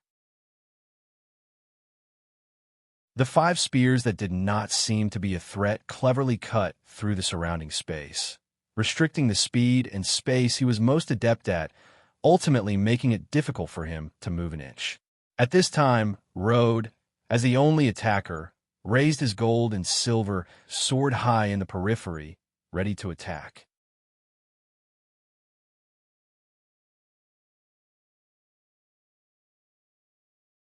Chapter 839. Interesting. As the surrounding space was rapidly compressed and cut, Tang In also carefully observed the spear array. He couldn't help but be secretly amazed. This was a perfect combination spear array. Everyone in the array had their own roles and cooperated with each other. Although on the surface, it didn't seem to have any attack power and seemed to be of little value. But in fact, the purpose of this spear array wasn't to hurt people, but to trap people, especially those who were very fast. So if he didn't guess wrong, this spear array should be specifically targeted at him. And to mobilize 5 Earth Stage, early stage experts to practice just to limit his speed, this move could be said to be painstaking. How is it? Are you satisfied with this meal? Holding the gold and silver sword high, Luda's face was full of satisfaction of a successful calculation. He grinned and said, let me introduce. This meal is called cheetah. Note, these 2 words have to be read separately. Cheetah is the word for hunting, and leopard is the word for leopard. Your speed is really too fast, just like a leopard, so I spent a lot of effort to invite a few array masters to tailor the spear array for you. Then I transferred these 5 rookies and trained them well, just 2. Pause for a while. With a whoosh, the gold and silver sword suddenly came out of the sword and passed through the narrow gap deliberately left by the 2 young men. It quickly slashed toward Tang In, who was trapped by the 5 spears in a radius of less than 2 feet. Obviously, this was an attack that had been planned for a long time. Waiting for the spear array to succeed in trapping people, the surrounding sword light slashed down like thunder, intending to end the battle with 1 strike. But right at this moment, Twain moved. His figure swayed like a willow in the wind, and he moved left and right in the space of a few meters. In an instant, he'd changed directions countless times and pulled out layer upon layer of afterimages, causing it to be dazzling. In the next moment, the gold and silver sword light passed through the spear array and continued to fly into the distant night sky. And Tang In still stood in the same place, looking calm, as if nothing had happened just now. His clothes were undamaged. Luda was startled. Then he raised his thumb and praised sincerely. Amazing! You can play tricks in such a small place. This movement is simply amazing. But, how long can you last? After a moment of silence, Tang In dodged the restraints of the spear array. Suddenly, he raised his head and said, "That sword beam just now cut down vertically." Rhodes stared blankly for a moment before shrugging indifferently. "Why do you care what method I use to release the sword rays?" He waved his hand and interrupted. "No, you can only stand on the periphery and slash the sword light vertically, right?" The corners of Tang In's mouth rose slightly. Looking at Rhodes' slightly changed expression, he continued, "Your spear array is indeed not bad, especially in terms of trapping people. However, this comes at the cost of sacrificing your attack. Don't be in a hurry to refute. If you're not convinced, then take 2 steps. Do you dare to participate in this spear array? Or do you dare to slash across a large area?" The corner of Rhodes' mouth twitched a few times. He narrowed his eyes and no longer looked relaxed. That was the truth. The spear formation walked a deformed path. It could only trap people and could not attack. And as the only attacker, although he was strong enough, he could only stand on the periphery and release sword rays. There was no other way. There was a big difference in length and usage between a big sword and a long spear. If he participated, then this tacit understanding of the spear array would be destroyed. Moreover, when he attacked, he could only slash the sword rays vertically. Because if he slashed across a large area, the first unlucky ones would be these 5 young men. Then let's just wait like this. Since the flaw had been seen, Rhodes simply smiled and said, "Yes, you're right. But you're still trapped in this spear array, aren't you? I can't cut you with 1 sword. I can't cut you with 10 swords. But I don't believe that I can't kill you with 100 swords." Tang In also chuckled a few times and shook his head. "Your spear array is indeed a bit interesting. That's why I'm interested in staying here to study it. That barrier, do you really think it can trap me?" As soon as his voice fell, Tang In's figure suddenly swayed slightly, and his phantom image appeared again. Seeing this, Rhodes' expression changed, and he shouted anxiously, "Lock him!" In an instant, 5 long spears pierced from all angles, intersecting with each other, and in an instant, cleverly formed a steel cage. But at this time, Tang In, who was supposed to be locked inside, was nowhere to be seen. The 5 young men stared blankly at the empty spear cage. They didn't understand what had happened and were stunned on the spot for a while. At this time, "Be careful." As soon as the warning sounded, "Kacha, Kacha," there was a muffled scream, and the knight on the right seemed to be suddenly lifted from the back. His toes were off the ground, and he was lifted 3 inches into the air. Then, his right arm holding the spear was touched by a palm that suddenly appeared behind him. It was twisted and bent, and the sound of bones breaking was dense. Obviously, it was crippled. "You're still so arrogant after paying the tuition. You need to be taught a lesson." Twain's figure appeared behind the knight. He curled his lips, and with a clean chop of his hand, he knocked out the knight, who was struggling and trembling like a fish out of water, and casually threw him aside. He just promised Sylvia not to kill. Since these guys didn't know what was good for them, they couldn't blame him for being ruthless and directly crippling them. "Stop! Don't attack!" Ludo was the first to discover that Tang In had left the spear array. But after all, he was on the periphery and was a step slower. When he arrived, Tang In had already crippled the knight, so he could only helplessly appease the other 4 young men. Squinting at Tang In, he suddenly clapped his hands and laughed. "I didn't expect this to not be able to trap you. Admirable, admirable. However, from the beginning to the end, the only ability you showed was speed." Shaking his head, Luda's expression was full of regret. "This makes me very disappointed." It should be said that Luda's previous idea was still good, but he still underestimated Tang In's speed. As a result, the spear array that he painstakingly created was directly broken by Tang in with absolute speed, so naturally, he was very unwilling. However, Tang naturally wouldn't complain about the loser, so he shrugged, then I'm sorry. I don't have any other ability, but I'm fast. What should I do? As soon as these annoying words fell, Tang An's ears suddenly twitched, and he raised his head to look at the roof of the office building.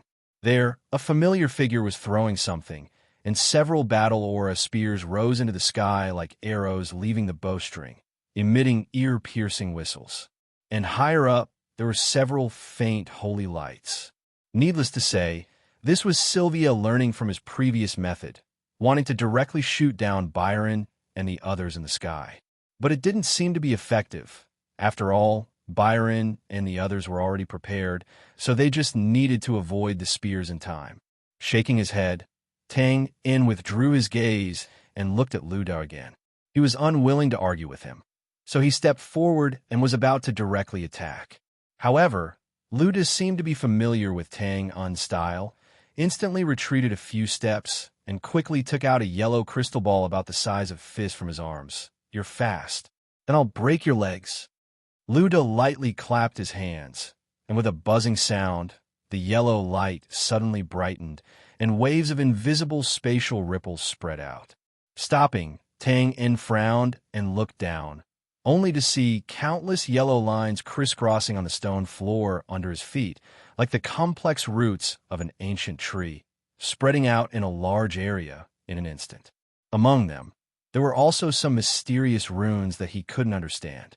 As soon as they appeared, they fell into the ground and disappeared in an instant. What is this?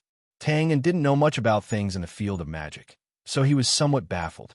Just as he was puzzled, his body suddenly sank, as if there was a 1,000-gene boulder on his back, or as if there was a big iron ball under his feet, making him feel extremely awkward. How do you feel? Luda looked at the frowning Tang In with a smile and raised the yellow crystal ball in his hand. This thing is called the Embrace of the Earth Goddess. It's definitely a good thing. There are only a few of them in the whole temple, and it's also the second feast I've specially prepared for you. You should know that the goddess doesn't easily hug people, because mortals don't have the fortune to enjoy it. Tang In naturally didn't have the time to listen to this boring sigh. He was guessing the function of the mysterious runes in his heart, and his body slightly shook. With a loud bang, less than 10 feet away, Tang In's figure appeared again, and his foot crushed a stone floor, and the pressure on his body increased again. Luda laughed wildly. Don't struggle. I think you now know the function of this thing. That's right. As long as it's within the range of its coverage, nothing can escape from the shackles of the earth. The faster the speed, the more serious the backlash. Didn't you boast that you're fast? Try running 2 laps if you have the ability. Luda straightened his body. The first feast restricted my movement, and the second feast restricted my speed. It seems that you're really well prepared. Since he had confirmed the function of this thing, Tang In certainly wouldn't stupidly speed up. He narrowed his long and narrow eyes. Well, I'm looking forward to the third feast now. Why don't you take it out together? Good spirit. But Luda raised his thumb again and gave a cheap compliment, but then shook his head. No, I can't control the third feast. Even if I kill you, it won't give me any sense of accomplishment, so it's better to taste it one by one. Understood. Tang In nodded expressionlessly. Then come on, I'm in a hurry. While talking, the 4 young men had quietly dispersed, and now they were slowly surrounding from all directions with long spears in their hands. Luda put the yellow crystal ball into his arms, and then replaced the position of the young man who was knocked out and walked steadily. Whether it was these young men or Luda, they were not warriors who were good at speed. Therefore, although they were also affected by this embrace of the Earth Goddess, their combat effectiveness was not weakened much.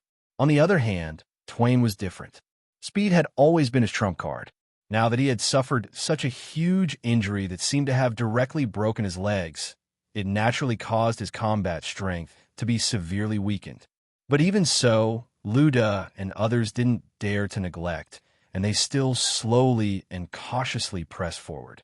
Tang In stood still, without any extra expression on his face, as if he intended to deal with all changes by remaining unchanged. However, thinking of Tang In's habit of taking the initiative in every battle, it seemed that he was very helpless about the current situation.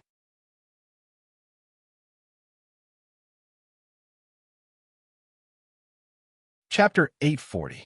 With a distance of 10 feet, he could attack with a single step. Perhaps it was because of the embrace of Goddess Gaia or some other reason, but the surrounding air seemed to have turned into a thick oil soup, making it difficult to breathe. Luda suddenly stopped and raised his eyes slightly, indicating the four youths to stop for the time being. Then, he looked at Tang On with narrowed eyes. "You are very calm." "Ah, of course. You have a backup plan?" "Ah, of course." The same words, but the atmosphere became more serious. Only this time, the corners of Tang Un's mouth curved slightly. "Why don't you tell me?" Luda's eyes were a little erratic, as if he was impatient. "It's okay, but Tang Un suddenly chuckled twice, easing the atmosphere. Then, he shook his head and looked at Luda with a faint smile. "There's no need. They won't understand." "Rookies." Luda sighed helplessly and glanced at the four inexplicable youths with resentment in his eyes. Earlier, he had taken the opportunity to sneak an attack. Later, he had repeatedly emphasized his words to remind them, but none of them understood. He was a little hurt for a while. He waved his hand dispiritedly. "Forget it. Just come. Kill." Of course, there was nothing sudden about it. Luda took a step forward, and the golden and silver fighting lights wrapped tightly around his big sword. Then he slashed it down. There was no reason for the four youths not to understand such an obvious attack signal. They waved their spears and stabbed at him. This joint attack was no longer a spear array, nor was it to trap him. It was purely a combination of numbers and pressure. They intended to crush him in one wave. However, Tang In narrowed his long and narrow eyes. He took a step to the right with a calm expression and avoided two spears that were stabbing at his heart. He raised his right hand, and the dagger flipped out. With a ding sound, he blocked the spear between his eyebrows. Then he retracted his right leg, and his left hand stroked and pushed forward. The first two spears that had not been retracted in time were pushed forward again and coincidentally met with Luda's big sword. With a bang, the fighting lights collided, and both sides took a step back. It was complicated to say, but in fact, it was just a matter of a moment. Twain's series of movements were not swift, but they were all under the eyes of Rode and the others. They could see the flow of his movements clearly. But right after that, everyone noticed to their astonishment that their first round of attacks had actually been dealt with so easily. Moreover, their opponent had merely taken a step forward before withdrawing a single step with an indifferent expression.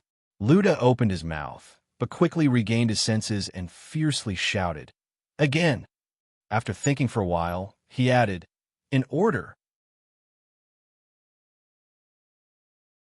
The great sword and spear were once again thrust out, but this time it was not like a swarm of bees. The scene just now was really strange. Rode thought that there was a problem with the way he attacked. After all, although the swarm attack was powerful, it was easy to dodge. So this time, he changed to attacking one after another. Tang Un's expression didn't change.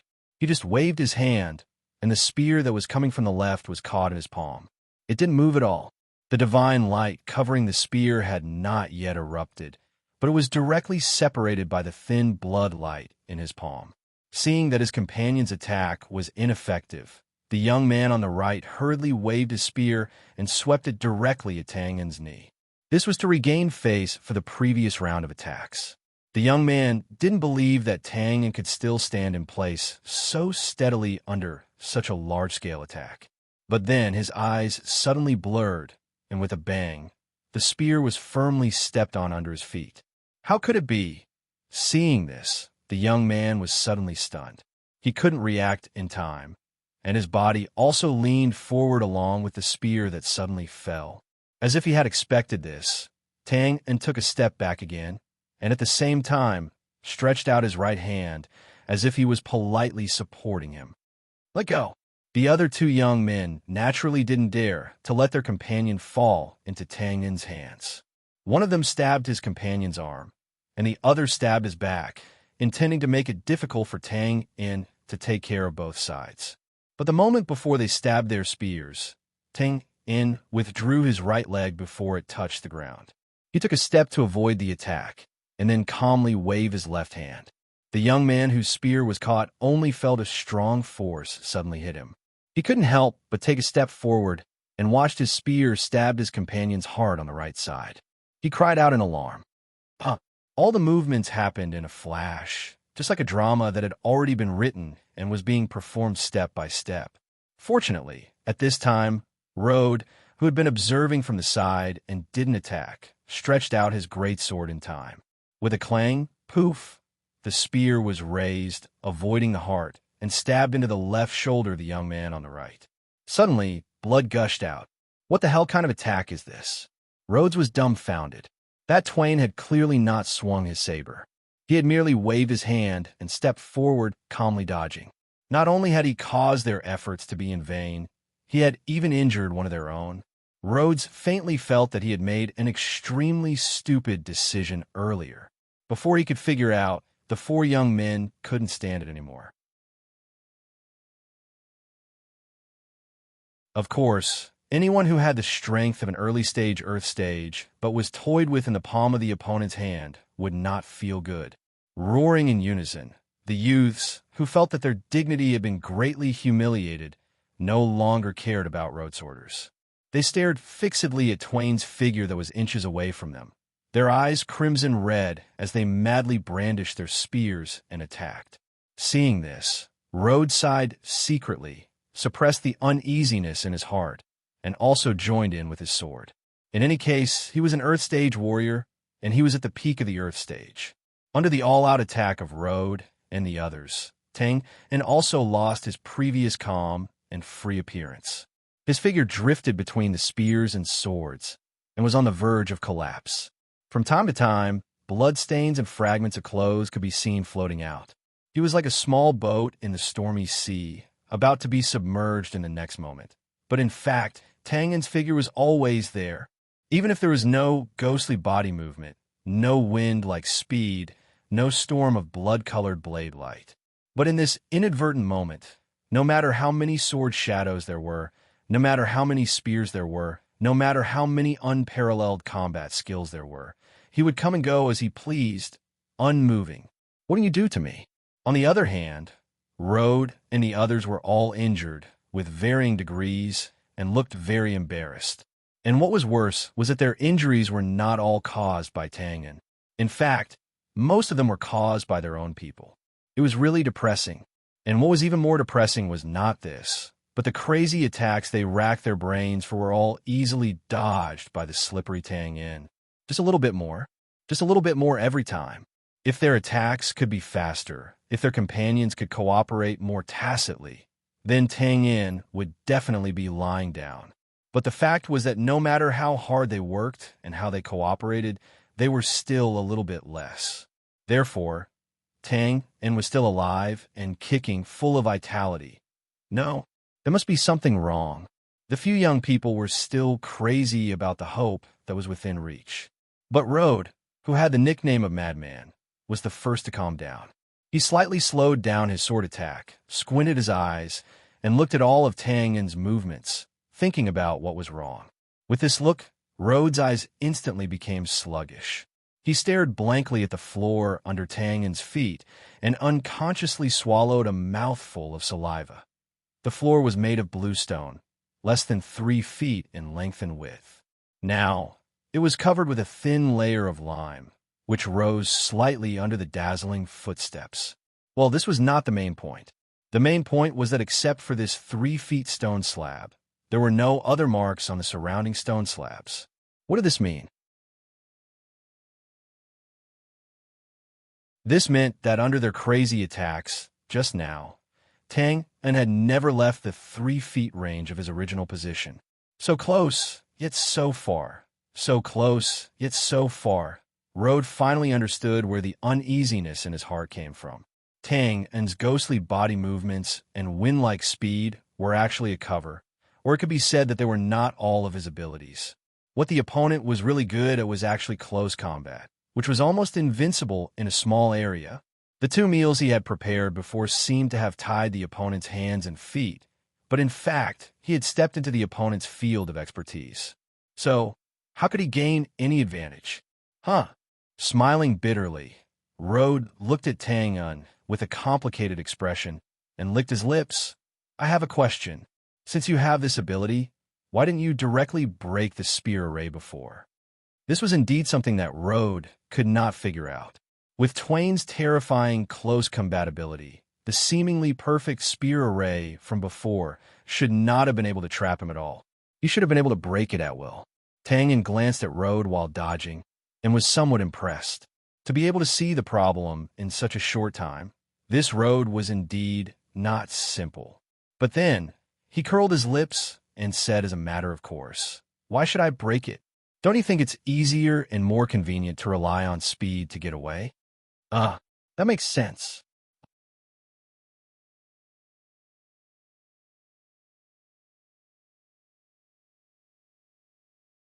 Chapter 841. That makes sense. Stunned, Rode nodded in agreement. That was the reason.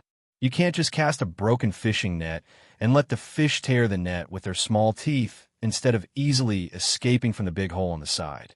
Even if you want to show off your domineering aura, this is not the right way to do it.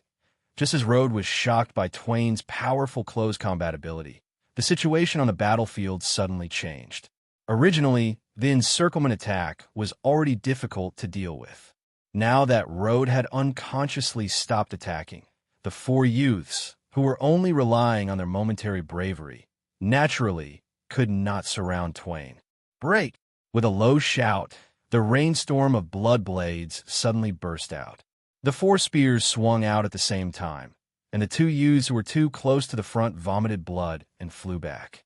Without taking advantage of the situation to pursue, Tang stepped forward quickly without hesitation.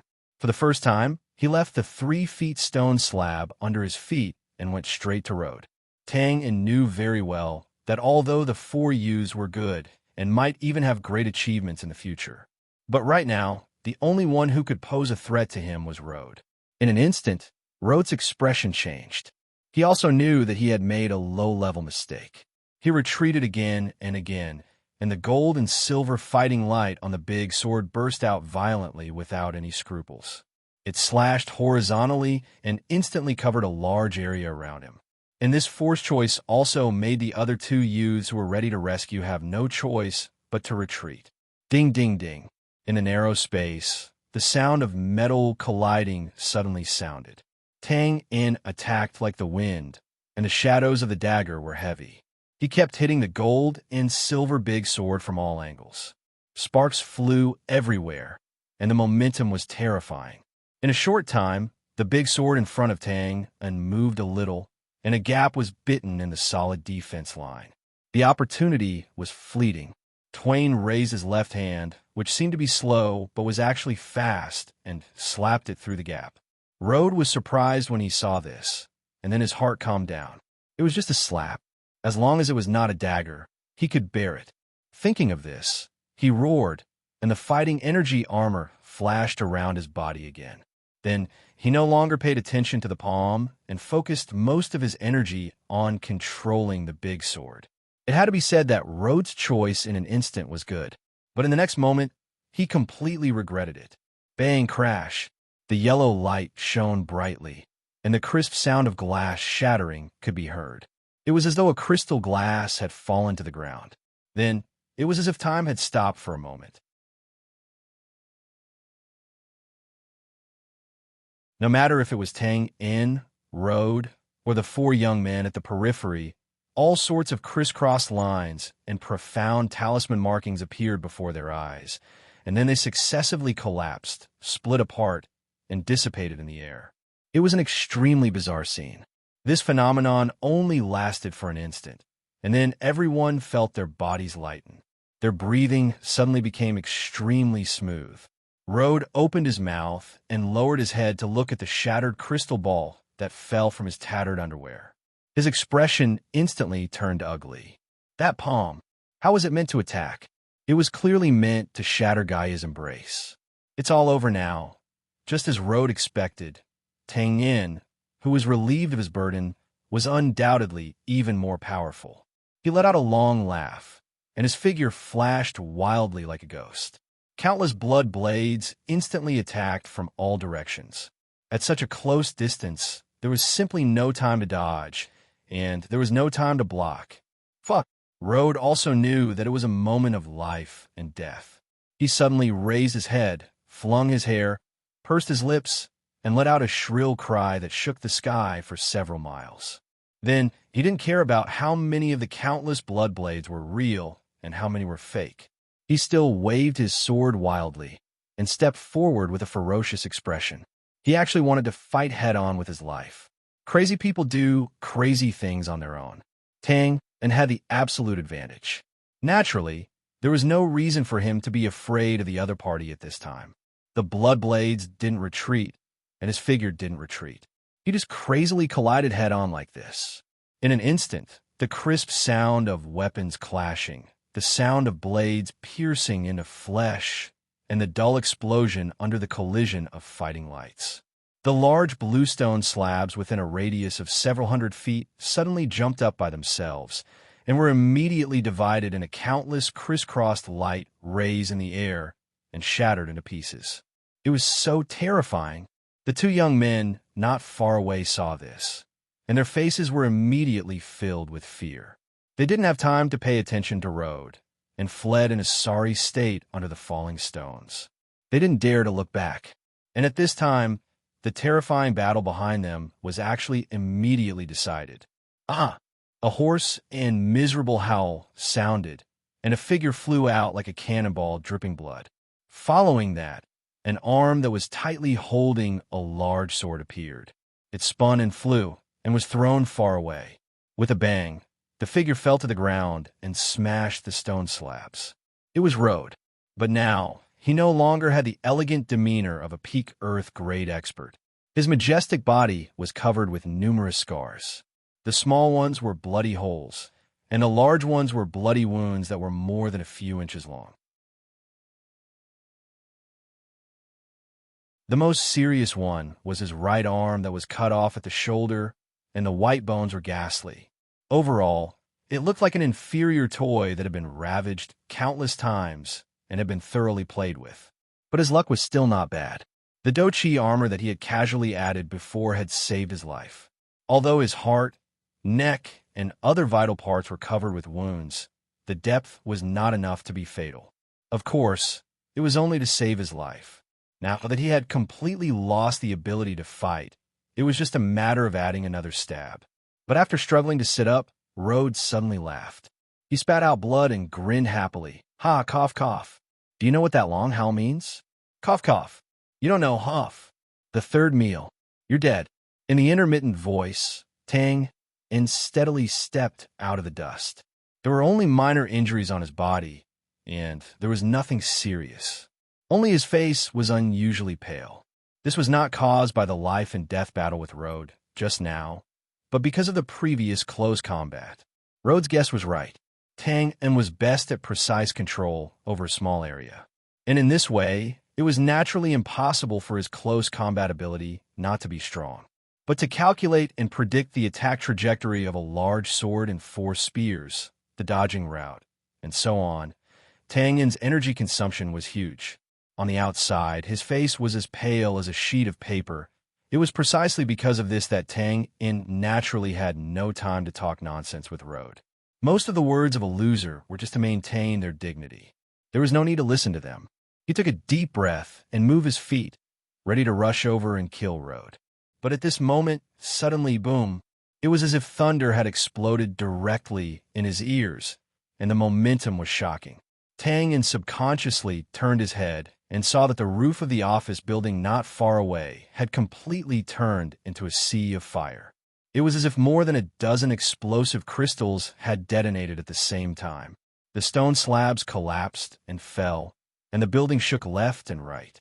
The next moment, a shadow shrouded, and the entire building collapsed in this direction. A loud noise that shook the sky. The ground trembled slightly, and dust filled the sky. Startled, the billowing air turned into a blade-like wind and hit Tang in head-on. The tattered cloth on his clothes suddenly flew back and danced endlessly. Then, as far as his eyes could see, a black shadow suddenly rushed out of the dust, just avoiding the range of the collapse of the building, and came to a safe, open space. Cough, cough. As soon as she stopped, she kept coughing, and her face was covered in black dust. Who else could it be but Sylvia? What's the situation? Tangan naturally didn't think that such a big movement in front of him was caused by Sylvia's anger, because she couldn't defeat Byron and the others. Sylvia didn't answer. She raised her head and looked at the billowing dust on the ruins of the building, and her expression was extremely dignified. Tangan followed her gaze and narrowed his eyes. His body suddenly shook. A large amount of dust floated in the air, covering the sky and the moon. But there was an area that was extremely eye-catching, like a passage. The dust didn't enter, and one could clearly see the gloomy night sky and sparse stars behind it. At this time, in the passage, a figure wearing a white robe could be faintly seen strolling. There wasn't any trace of fighting light or magic in the surroundings. It seemed ordinary, but looking at the casual and natural posture of walking in the void, one could see that this ordinary was actually the biggest abnormality.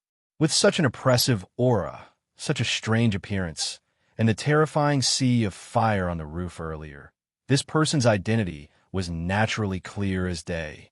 Licking his dry lips, Twain couldn't help but mutter in a low voice, as if he was talking in his sleep. "Archmage, this is the third feast?" Pause for a while.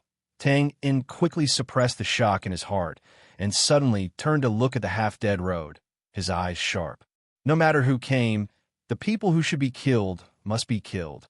Seemingly aware of Tang Un's intention, Rode grinned and said with a smile, "Haha, I said, I can't control the third meal, and you can't resist it either." Huff.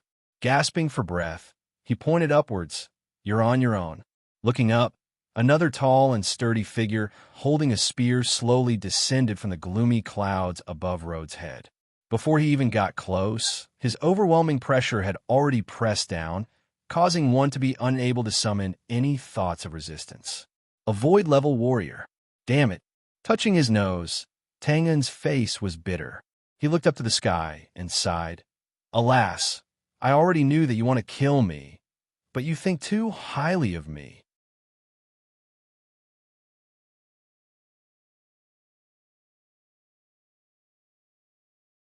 Chapter 842. From top to bottom, the Dochi system was divided into Martial Saint, Heaven Level, Void Level, Earth Level. Earth Level was a watershed. After that, there was a big bottleneck. Generally speaking, after reaching Earth Level, one was qualified to be recognized as a master. Of course, there were many kinds of masters. Reaching the Martial Saint level was the real saint standing at the peak of the world. Looking down on all living things like ants, everything was ordinary. Not close to nobles, not interested in fame and wealth. He had become a leader in his own corner. But from the word of mouth, there were no saints in the world. And not to mention reaching the Martial Saint level, even heaven-level warriors were extremely rare. They could be counted with one's fingers. They were as rare as phoenix feathers and unicorn horns. So excluding these two, those who really stepped into void level, as long as they appeared in the world, they basically represented invincibility. The situation of magicians was more or less the same.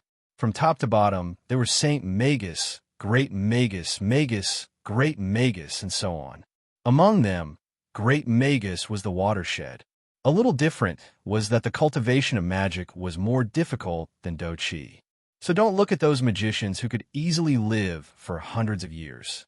Age was not the standard to measure strength. There were also many people who could not break through to become a great magus after living for hundreds of years. So if one had the cultivation of magus, they were basically the same as void-level warriors. They were basically invincible in the world. And in this humble and mediocre city, in the new civilian academy, Tang and could not imagine that he would face two invincible masters at once. Magus and Void-level warriors were both here. For this situation, Tang and really did not know what to say.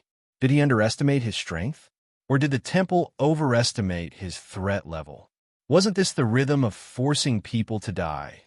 After a few breaths, the white-robed Magus and the burly Void-level warrior came to the open space above. They did not land on the ground. They just quietly hovered in the void, looking down indifferently. There was no need to make any noise. The overwhelming, terrifying pressure had already filled every corner of the square. In the quiet twilight, the night wind was slightly cold, just like Tang In and Sylvia's current state of mind, secretly feeling cold. After a while, Sylvia took a deep breath and quickly regained her composure. When she was tailing Rhodes' group earlier, she vaguely sensed a terrifying force following them. However, he didn't expect this terrifying power to far exceed his expectations. She bowed with her spear and said respectfully, "Sylvia greets Archmage Cecily and Lord Brock. You are no longer a disciple of the temple, so you don't have to call me Lord." It was the white-robed Grand Magus called Cecily. Cecily's voice was somewhat cold. Sylvia's expression darkened when she heard this. Her lips moved slightly as if she wanted to explain something, but in the end, she only pursed her lips stubbornly. "Leave this place, Vivian. This time I can pretend that I didn't see you." The burly old man named Brock seemed to be familiar with Sylvia and called her by her nickname. Although there was no expression on his face, his tone was gentle. "Don't let down your teacher, Rooster." Tangan naturally knew who Rooster was. He was a retired Holy Head Knight commander and also Xiao Weian spear teacher. In the Battle of the North Temple headquarters, the master and disciple fought, but in the end, he was defeated by Sylvia's spear. Since Brock was willing to accept Rooster's favor, they should be good friends. Looking at his burly figure and the way he held a spear, Tang In secretly nodded and guessed that this should also be a retired Holy Head Knight. However, unlike Rooster, Brock's strength was higher, and his physical condition was also very good. His combat power was not much weaker than when he was at his peak. It was just that he didn't know whether his current cultivation was at the early stage of the Void Realm, or was at middle or high level. Just as Tang was secretly speculating, Sylvia bowed again with gratitude. "Thank you, Lord." Before her voice fell, "No, absolutely not." Byron and the others shouted anxiously. They were timid and afraid of death before, so they flew very high and wished that they could directly drill into the clouds. Now that they saw strong reinforcements coming to help, they immediately became spirited and quickly gathered around. It must be said that although Byron and the others were much weaker than Brock, their positions were not low, and they were the kind that held real power, so they naturally didn't need to worry too much. Hearing that Brock intended to let Sylvia go, they immediately refuted. "Lord Brock, this Sylvia has already betrayed the temple, and now she is together with the source of the chaos in the temple, Tang In. It can be seen that she has completely fallen into evil heresy. In this case, according to the doctrine, she should be killed on the spot. Yes, Lord, you can't be merciful to this evil heresy. If you don't kill her today, there will be endless trouble in the future." These bishops hated Sylvia's previous backstabbing behavior to the extreme. Now that they had the opportunity, they naturally didn't want to let go of the opportunity to kill Sylvia. After a while, they wanted Brock and the others to directly kill Sylvia on the spot. At that moment, a sudden roar sounded. "Shut the F***CK up. Cough, cough." Holding his chest and coughing repeatedly, Rode lifted his pale face and snarled ferociously. The captain, am still alive. Since when is it your turn to chirp here?"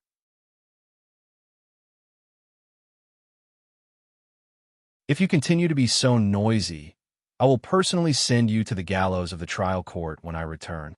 Are you dissatisfied? Speak up if you're dissatisfied." The earth-shattering roar startled Brock and the others, and they looked at Rode with strange gazes. In this way, it was needless to say how Byron and the others felt mentally.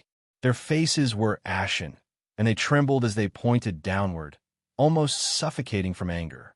But looking at Rhodes' crazy appearance, they couldn't help but feel a chill in their hearts. In the end, they didn't dare to open their mouths to speak. They had no choice. Before their crimes were cleared, they couldn't afford to offend this lunatic. Seeing that he had shaken the scene, Rhodes snorted and gasped for breath again.